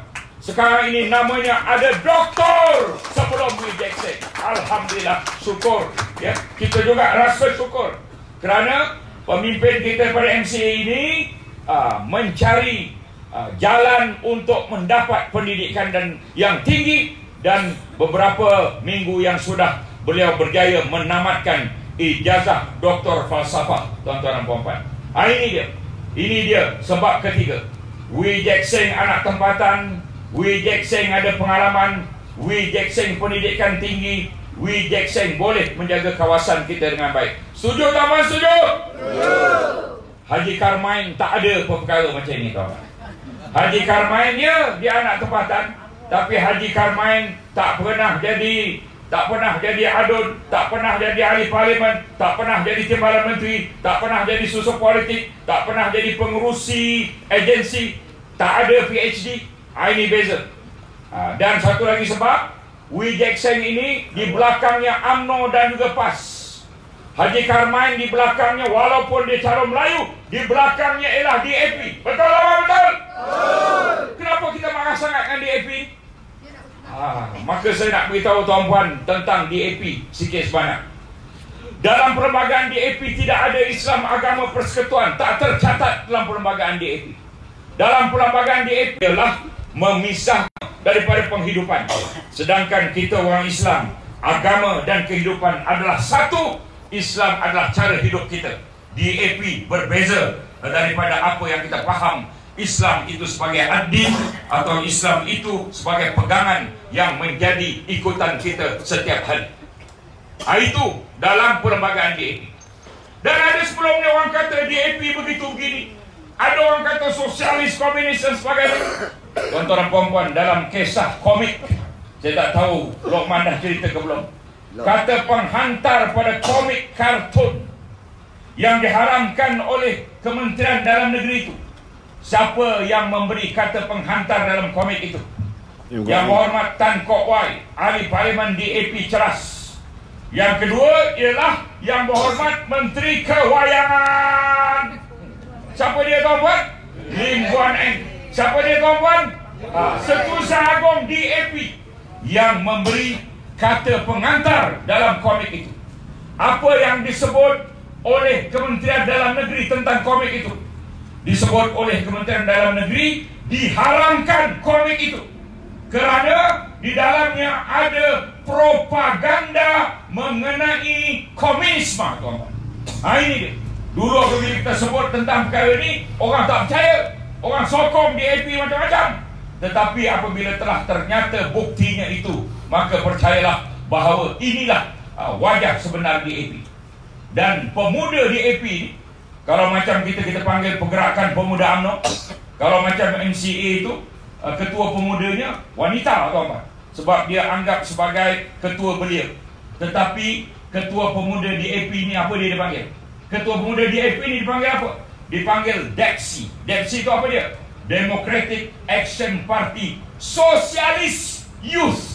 S itu sosialis. Tuan-tuan nak tahu sosialis dan apa kata? Sosialis ni ada sikit saja lagi jadi komunis, tuan-tuan. Itu dia DAP, DAPSI, iaitu Democratic Action Party, Democratic Action Party Socialist Youth. Sosialis, komunis, dia tak jauh beza, tuan-tuan. Ini dia DAP. Kalau apa-apa berlaku pada saya kerana membuat kenyataan ini, saya berani berpegang terhadap apa yang saya nyatakan, bahawa Lim Guan Eng selaku Setiausaha Agung DAP memberikan kata penghantar pada komik kartun yang diharamkan oleh Kementerian Dalam Negeri kerana menyebarkan propaganda komunis. Apalagi tentang DAP ni, tuan-tuan? Ada tak DAP ni seorang bernama Tan Sri di bawah mana-mana adun ataupun ahli parlimen DAP? Ada. Tan Sri Lim Kek Siang ada? Tak ada, tuan-tuan. Datuk Seri Lim Guan Eng ada ke, tuan-tuan? Ada? Tak ada, tuan-tuan. Kenapa? Kenapa DAP tidak mahu menerima Datuk Seri Tan Sri? Kenapa DAP tak mahu?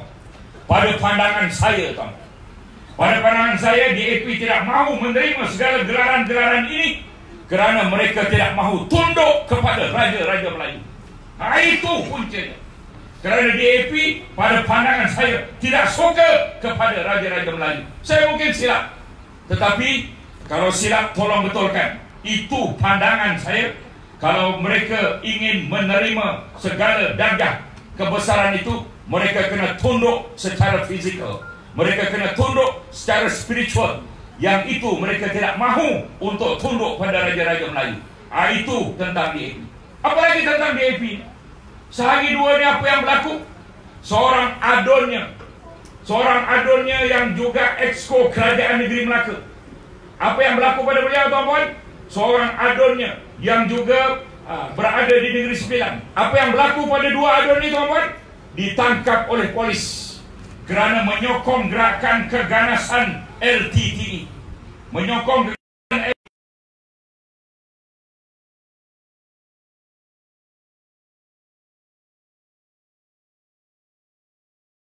terlibat menyokong keganasan. DAP ini terlibat menyebar propaganda komunis. DAP ini dalam perlembagaannya telah saya nyatakan, walaupun calon Melayu tetapi didokong oleh DAP. Nak tuan-tuan sokong dia atau tidak? Sungguh?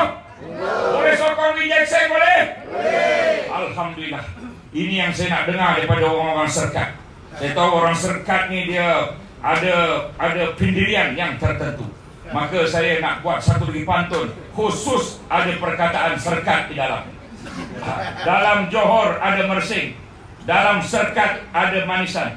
Sudah terus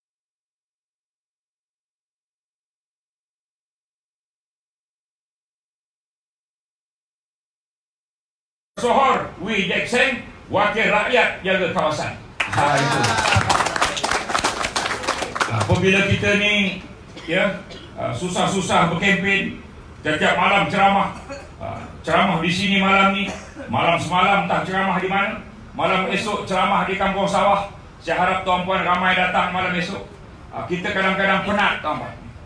Kita kadang-kadang letih. Tapi walaupun letih, jangan marah. Letih jangan marah. Ada pantun pendek je, bawang putih, bawang merah, walau letih jangan marah. Lepas tu tuan-tuan, kalau kita bertemu dengan pengundi-pengundi, lepas dia mereka mengundi pada hari Sabtu ni, kita tengok tangan dia dah bertanda. Bagaimana Datuk Loman sebut tadi, tangan ni dah bertanda, maka kita ucap terima kasih. Ucap terima kasih ni pun ada style pantun juga. Begini pantunnya. daun selasih, daun kayu, terima kasih, thank you. Senyum dia nanti tuan-tuan ya. Ingat, mudah aja. Daun selasih, daun kayu, terima kasih, thank you. Dua pantun itu ya. Bawang putih, bawang merah, walau letih jangan marah. Kalau marah kena jual. Ada satu lagi pantun dua kerat. Memang salah nikmat pantun tuan-tuan. Ya, apa dia tu? Yang I love you tu apa dia? Ada juga pengikut-pengikut saya ke sini. Pen merah, pen biru, jangan marah, I love you. Cuma malam ni bukan malam Jumaat tau. Esok malam, siapa lagi yang nak datang ceramah, silakan datang. Bawa dengan kenderaan-kenderaan. Boleh bawa kereta, penuhkan 5 orang dalam kereta. 2 duduk depan, 3 duduk belakang. Yang belakang 3 orang tu perempuan, yang depan 2 tu lelaki. Pergi ke mana? Pergi ke kampung sawah. Ada apa di situ? Pukul 6 petang tuan-puan, Rabbani, kumpulan nasyid yang berani menyokong Barisan Nasional tuan-puan. Alhamdulillah ada kumpulan-kumpulan kita di luar sana yang menyokong kita. Rabbani 7-8 orang akan berada di atas pentas, di atas entah berapa ekar tanah yang telah diratakan. Hebat kawasan itu. Datang jangan tak datang. Yang menonton live FB ni, datang jangan tak datang.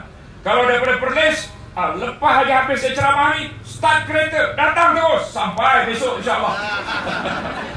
Kalau daripada Johor Bahru, boleh fikir besok datang, tengah hari ke, petang ke, datang, jangan tak datang. Apa lagi? Ya, kita akan sembahyang maghrib secara berjemaah. Lepas itu adalah selawat Nabi macam-macam, kemudian sembahyang isyak. Antara 8.30 sampai pukul 9 suku, Rabbani sekali lagi. Dengan yang perkataan 6 sampai 9, segmen pertama Maulidir Rasul Tanjung Piai berselawat. Esok malam 6 sampai 9 malam. Kemudian daripada 9 malam sampai 12 malam tuan-tuan, siapa dia akan berceramah? Oh, orang besar-besar Melaka. Besar-besar daripada segi saiznya, dari segi kedudukannya, besar-besar Melaka tuan-tuan. Yang kecil Mak Maslan dengan Wijek Seng gitu. Siapakah mereka itu? Antaranya tentunya Dato' Hasni, ya. Dia siapa? Dia pengurusi perhubungan kita, pengarah pilihan raya ini. Siapa lagi yang akan ceramah malam tu? Ustaz Abdullah Husin, Pesuruh Jaya PAS. Siapa lagi? Bosku Dato' Seri Najib Tun Razak akan berada confirm besok malam. Siapa lagi? Tuan Ibrahim Tuan Man. Siapa dia tu? Timbalan Presiden PAS, Datuk Tuan Ibrahim Tuan Man, Ahli Parlimen Kubang Kerian. Siapa lagi? Tentunya Datuk Seri Dr. Ahmad Zahid Hamid. Ini orang-orang yang berceramah. Sebelum semua sekali itu, siapa yang berceramah? Datuk Seri Tajuddin Rahman, penganjur utama dan juga sponsor utama untuk program malam esok. Maka kita berikan beliau ceramah. Siapa lagi? Wijek Seng tentu ada. Kita juga kemungkinan akan hadir, ya, Presiden MIC dan Presiden MCA akan hadir, akan berucap 10 minit seorang. Mereka akan menyatakan apa-apa semua yang mereka minta daripada kita. Tentunya mereka akan meminta kita menyokong calon Barisan Nasional dengan mengundi calon Barisan Nasional. Jalan kita ke Putrajaya itu seluas 6 lorong, kawan. Jalan kita ke Putrajaya itu seumpama serkat pergi Putrajaya, 6 lorong kalau kita menang di Tanjung Piai.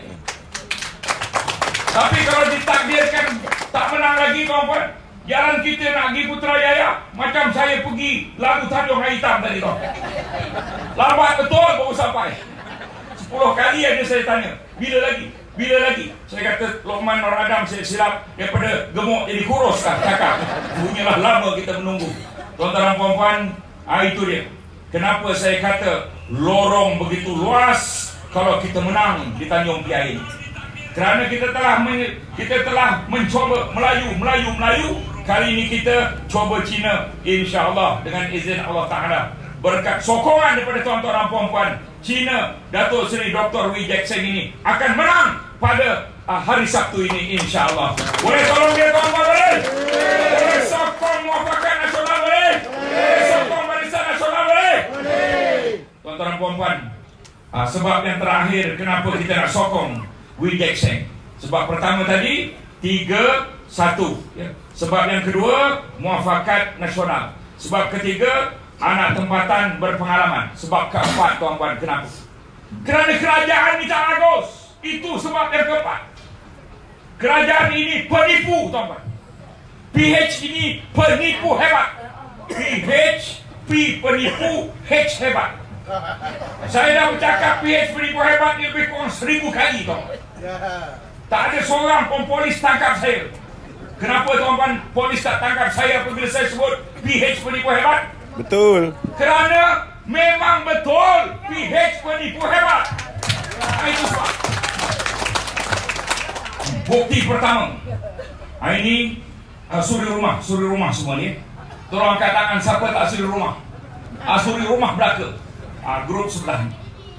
Dalam janji PH 100 hari. Sekarang dah 500 sobat. Dalam janji PH 100 hari, dia nak bagi suri rumah KWSP, kumpulan wang simpanan pekerja, 100 hari. Dalam masa 100 hari. Sekarang dah 500 hari. Tolong angkat tangan siapa yang dah dapat KWSP tu. Angkat tangan. Pergi rakam. Seorang pun tak dapat, tuan. Lepas itu apabila mereka menang, mereka kata KWSP itu hendaklah dipotong daripada suami. Kalau suami tak ada KWSP, apa ke benda nak dipotong? Itu janji mereka. 1 daripada 10. Bukti pertama, PH penipu hebat. Bukti kedua, dia kata dihapus GST. Tetapi dalam kotak yang sama, di bawah perkataan hapus GST, mereka sebut mengurangkan kos sara hidup. Atas hapus GST, bawah dalam kotak yang sama mengurangkan kos sara hidup. Dah kurang ke belum kos sara hidup, tuan-puan? Kurang atau naik? Itu bukti yang kedua. Apabila mereka hapus 1 GST 6%, mereka ganti dengan SST, 2 jenis cukai. S pertama, cukai perkhidmatan 6%. S kedua, cukai jualan 10%. Hari itu saya kata GST boleh menurunkan harga barang kerana daripada 10 turun pada 6. Dijawab oleh KPDN KK zaman kita. Mereka sebut 223 barang turun harga kerana GST, tuan-tuan. Tuan-tuan bukan jaga harga barang, jadi tak tahu tentang perkara itu. Saya sebut tak boleh membohong dalam Dewan Rakyat. KPDN KK menyebut 223 barang turun kerana GST. Tetapi sekarang ini SST. Ada harga barang turun atau tak ada? Ini dia. Kerana SST itu 1 6%, satu lagi 10%. Janji mereka yang kedua, janji yang boleh dibakul. Jadi nak buat dia U-turn. Gaji 4,000 baru bayar PT-PTN. Tak jadi nak buat U-turn sekali lagi. Apabila mereka menang, mereka umum RM1,000 gaji dah kena bayar PT-PTN. Kita mengamuk di Dewan Rakyat, U-turn sekali lagi, tuan-tuan. Gaji RM2,000 baru bayar PT-PTN. 4 kali U-turn. Simbol 4 kali U-turn ni apa dia, tuan-tuan? U-turn pertama, mereka kalah di Cameron Highland. U-turn kedua, mereka kalah di Semenyih. U-turn yang ketiga, mereka kalah di Rantau. U-turn yang keempat, mereka akan kalah di Tanjung Piai. Kalau selalu bawa kereta U-turn, aku cuba buat kat jalan. U-turn. Memang terbalik. Dan kita balikkan mereka di Tanjung Piai. Boleh? Ada anak muda ditanya oleh seorang ketua bahagian di Segamat. Dia kata, kenapa engkau mengundi PH hari itu? Dia tahulah orang tu mengundi PH. Anak muda tu jawab apa? Anak muda tu jawab, Datuk, saya ada hutang PT-PTN 30,000. Isteri saya ada hutang PT-PTN 30,000. Kami berdua ada hutang PT-PTN 60,000. Saya pejam sebelah mata tu. Saya pejam sebelah mata. Saya pangkah PH dalam masa 3 saat. Saya fikir 60,000 langsai tu. Ada langsai tau, mana ada langsai? Tak ada. Anak-anak muda ini sekarang ini bertobat politik. Buktinya di Semenyih. Dicampur undi PAS dan juga undi Barisan Nasional. Kita masih kalah lebih kurang 2,000 undi. Tetapi selesai pilihan raya kecil Semenyih, dicampur semua sekali undi, kita menang hampir 2,000 undi. Kenapa perkara itu berlaku, tuan-tuan? Semenyih ini kita kalah pada periode ke-14, tapi baru-baru ni PRK kita menang. Kenapa, tuan-tuan? Pada PRU yang ke-14, semua saluran muda kalah belaka, tuan-tuan. Tetapi pada PRK, semua saluran muda kita menang kecuali satu saluran, tuan-tuan. Anak-anak muda bertaubat politik, termasuk di Tanjung Piai ini. Mereka akan balik dan akan memangkah Barisan Nasional. Percaya. Ada sikit cerita anak derhaka. Nama Mamat. Telefon dia, puan-puan tuan-tuan. Telefon dia. Esok telefon. Mamat, engkau kat Kuala Lumpur, balik 15 hari bulan. Sebelum kau nak balik, aku nak tanya kau. Mak ni nak tanya kau. Engkau nak undi PH ke nak undi BN? Mamat kata apa? Saya susah hidup, mak. Di Kuala Lumpur ni susah betul. Memang saya kena kencing, hari-hari kena kencing. Confirm saya akan undi BN. Mamat, kalau engkau tak balik, engkau anak derhaka. Ni cerita anak derhaka, kawan. Lepas tu Minah, Johor Bahru. Minah, telefon Minah, jangan tak telefon. Minah, engkau balik 15 hari bulan. Pagi atau malam engkau nak balik. Sebelum tu Minah, sebelum kau balik, aku nak tanya kau. Engkau nak undi BN ke undi PH? Lepas tu Minah cakap, boyfriend saya PH, jadi saya nak undi PH. Jawab dia, tuan-puan. Jawab dia. Kalau engkau balik Minah, engkau anak derhaka. Kisah dua anak derhaka sebagai renungan malam ini. Faham tuan-puan, faham? Kalau pengundi luar tu hitam, jangan bawa balik. Faham tuan-puan, faham? Kalau pengundi putih, kita naikkan kapal terbang pun kita bawa balik. Boleh bawa balik? Ada tambang ke tidak? Saya tak boleh cakap, tuan-puan. Ini direkam. Saya tak boleh cakap ada tambang ke tidak. Tahu sama tahu. TST, tahu sama tahu.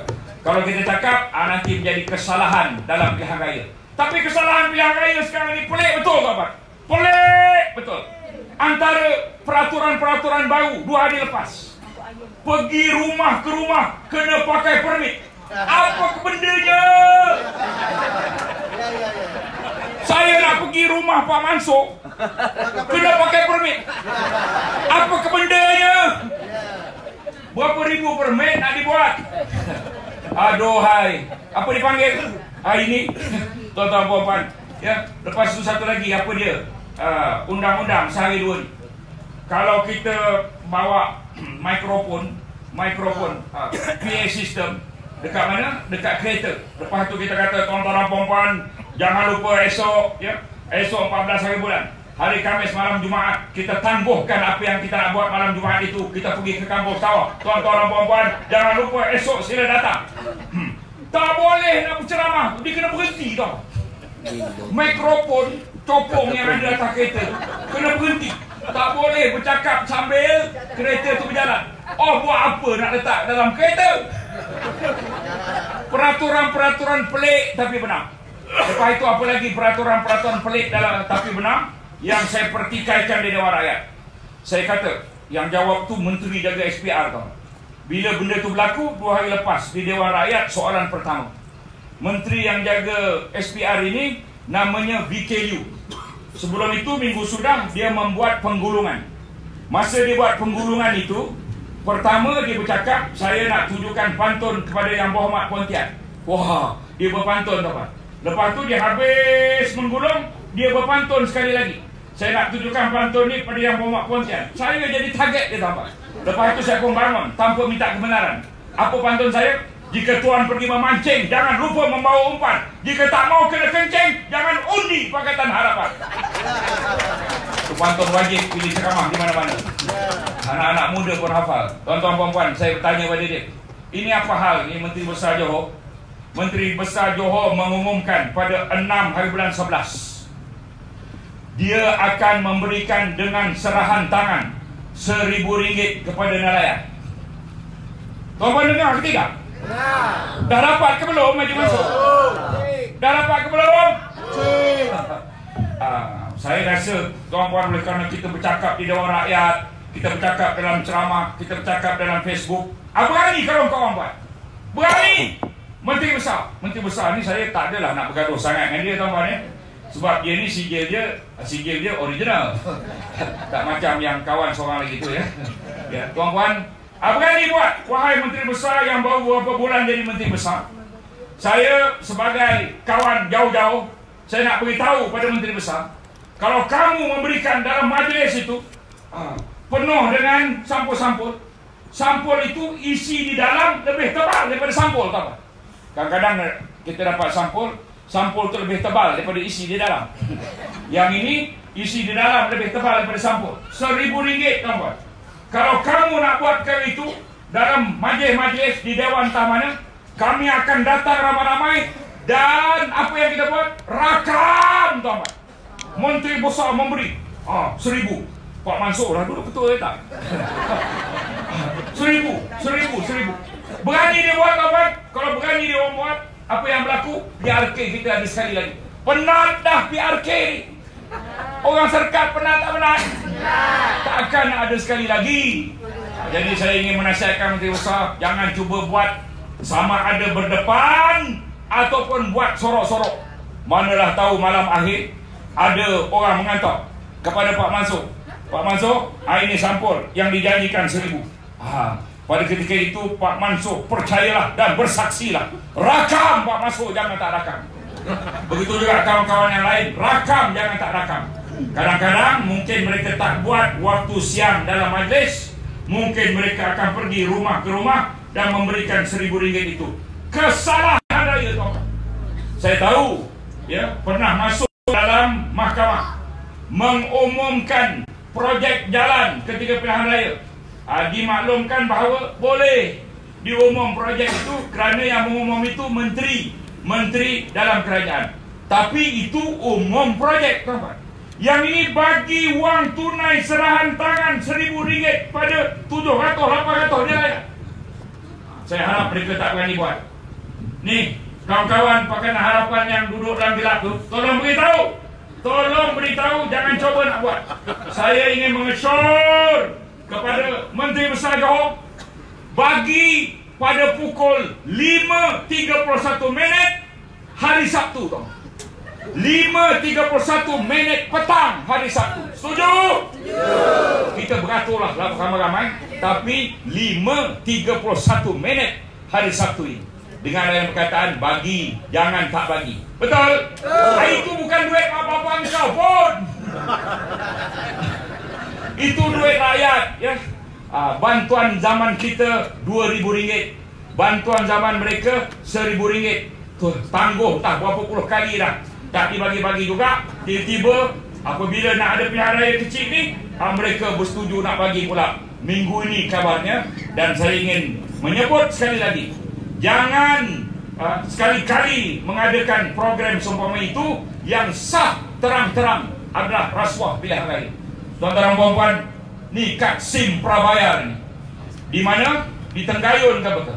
Dalam ceramah mereka, tuan-puan, lepas itu ada kaunter dibagi kad SIM percuma. Itu adalah rasuah terang-terangan. Betul? Kalau apa-apa berlaku pada pilihan raya ini, itu sebagai satu bukti. Dan kita dah buat laporan polis tentang pemberian kad SIM prabayar itu. Dan kita juga dah buat laporan pada SPRM tentang penyerahan kad SIM percuma yang berlaku di satu PDM semasa program PH baru-baru ini. Tuan-tuan dan puan-puan, kita kena ambil perhatian tentang perkara ini.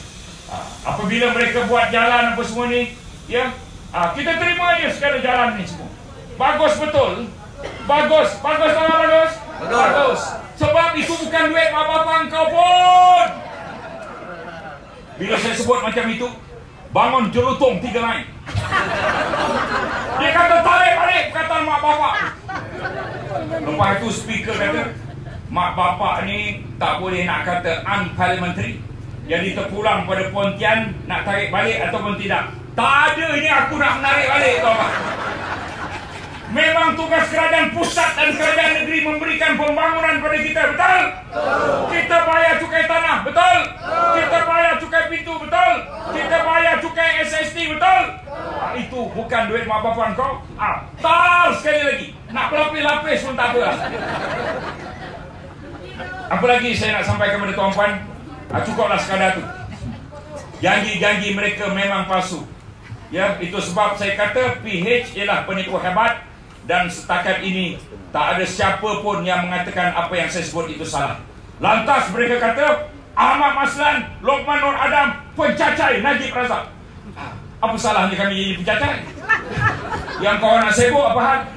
Tuan-tuan puan-puan, Datuk Najib ini tak bersalah sehinggalah semua mahkamah mengatakan dia bersalah. Macam mana Ibrahim, tuan-tuan? Mahkamah tinggi seorang hakim mengatakan dia tak bersalah. Tetapi pergi ke Mahkamah Rayuan. Mahkamah Rayuan 3 hakim 3-0 mengatakan Anwar Ibrahim bersalah. Lepas itu dibawa ke Mahkamah Persekutuan. Sebelum nak masuk Mahkamah Persekutuan, 3 hakim kena lalu dulu, setuju ataupun tidak. 3-0 Anwar Ibrahim kalah di situ. 3 campur 3 dah 6, tuan-tuan. 6 hakim. Kemudian sampai ke Mahkamah Persekutuan, 3-4 tahun, 5-6 tahun sampai Mahkamah Persekutuan. 5 hakim, 5-0. Ya, hakim-hakim itu mendapati Anwar bersalah. 1 lepaskan 3 campur 3, 6 campur 5, 11 hakim. 11 hakim kata Anwar Ibrahim bersalah. Masuk Anwar Ibrahim dalam penjara, keluar Anwar Ibrahim, pengikutnya masih kata Anwar Ibrahim tak bersalah, tuan-tuan. Pengikutnya kata, yang ini Datuk Najib baru dipanggil membela diri. Ada pencacai-pencacai yang kata dah Anwar Ibrahim, apa ni, Datuk Najib bersalah. Belum, tuan-tuan. Ada faham? Belum lagi. Dia juga melihat positif terhadap apa yang berlaku pada 11 hari bulan, iaitu dipanggil untuk membela diri. Apabila dipanggil untuk membela diri, dia akan bersumpah di kandang orang salah. Ya, dia akan bersumpah. Apabila dia bersumpah, tuan-puan, apa berlaku? Pendakwa raya boleh tanya dia. Pendakwa raya ni orang kerajaan, boleh tanya dia. Ya, peguam bela tentu boleh tanya dia. Peguam bela boleh panggil saksi-saksi tambahan untuk membuktikan bahawa Datuk Najib tak bersalah. Apa yang berlaku pada Anwar Ibrahim? Anwar Ibrahim memilih untuk tidak mengangkat sumpah, tuan-tuan. Anwar Ibrahim memilih untuk bercakap kenyataan-kenyataan politik.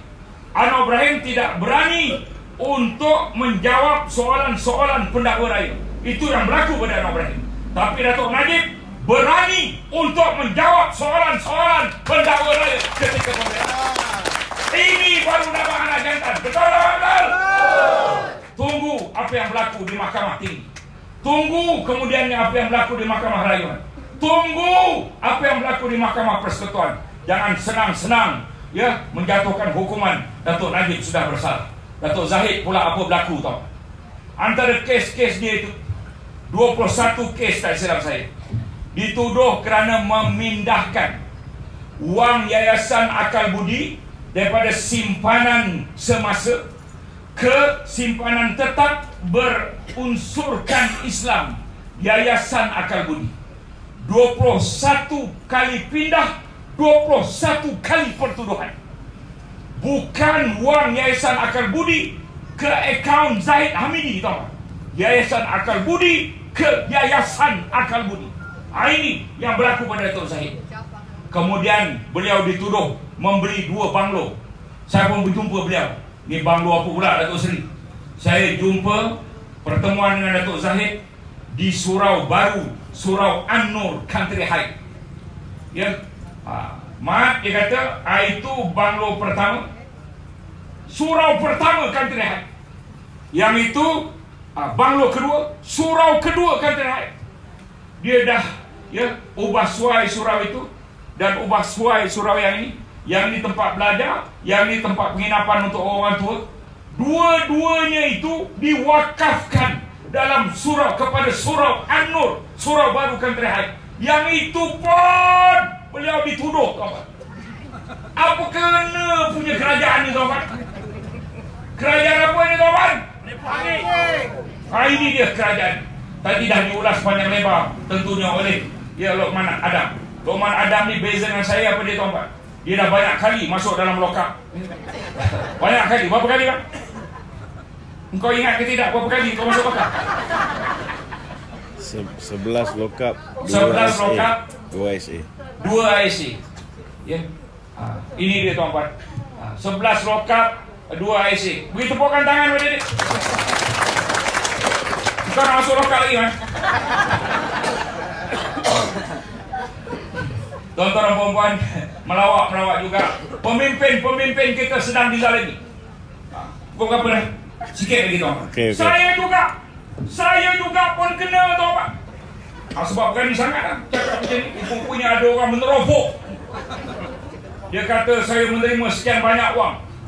Maka saya pun dipanggil oleh polis AMLA. Saya dipanggil oleh polis AMLA, tuan. Anti money laundering. Dia tunjuk pada saya satu salinan cek foto state, ditunjuk pada saya. Ingat cek original. Ditunjuk saya cek foto state. Tulis tunai, muka depan cek itu tulis tunai. Tulis tunai, bukan tulis nama Ahmad bin Maslan di muka depan cek. Tidak, saya nak beritahu, tuan-tuan. Lepas itu di belakang tak ada tanda tangan saya, di belakang tak dekat pengenalan saya. Maka saya kata, polis AMLA, orang muda, tuan-tuan, orang muda 3-4 orang. Saya kata, kau orang pakai pistol kan? Kau orang pakai pistol, rakam, jangan tak rakam, ni rakam. Kau orang pakai pistol. Kalau pistol itu ada peluru, tak ada peluru. Letak kat kepala saya, suruh saya mengaku. Saya tak akan mengaku, tuan-tuan. Kerana 1 sen pun saya tak ambil daripada cek yang ditunjukkan pada saya. Lantas, tak lama lepas tu pegawai SPRM pula datang. Salinan cek yang sama ditunjuk pada saya. Sekali lagi saya tak mengaku, maka saya sign lah dokumen-dokumen.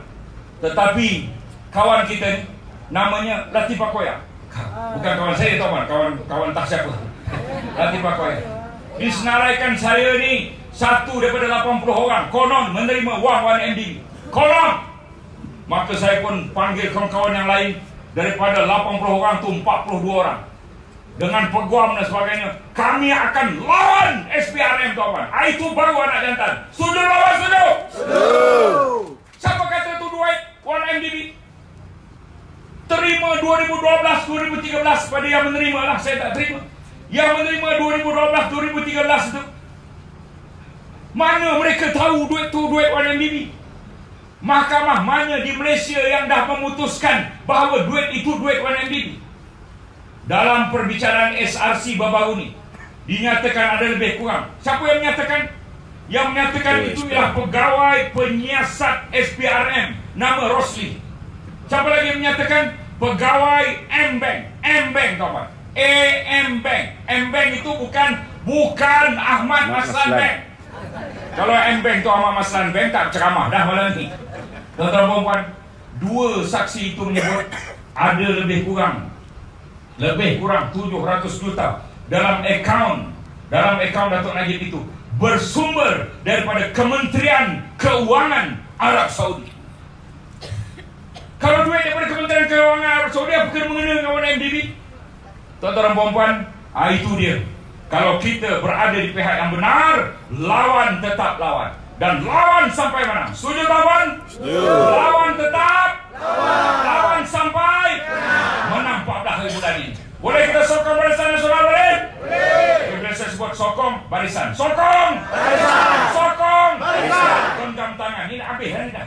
Sokong barisan. Menang barisan. Barisan lah juga. Menang barisan. Sokong barisan. Terima kasih. Terus kita berlawan. Pantun. Ini pantun baru. Pantun baru tak hafal. Mana kertas ni tadi?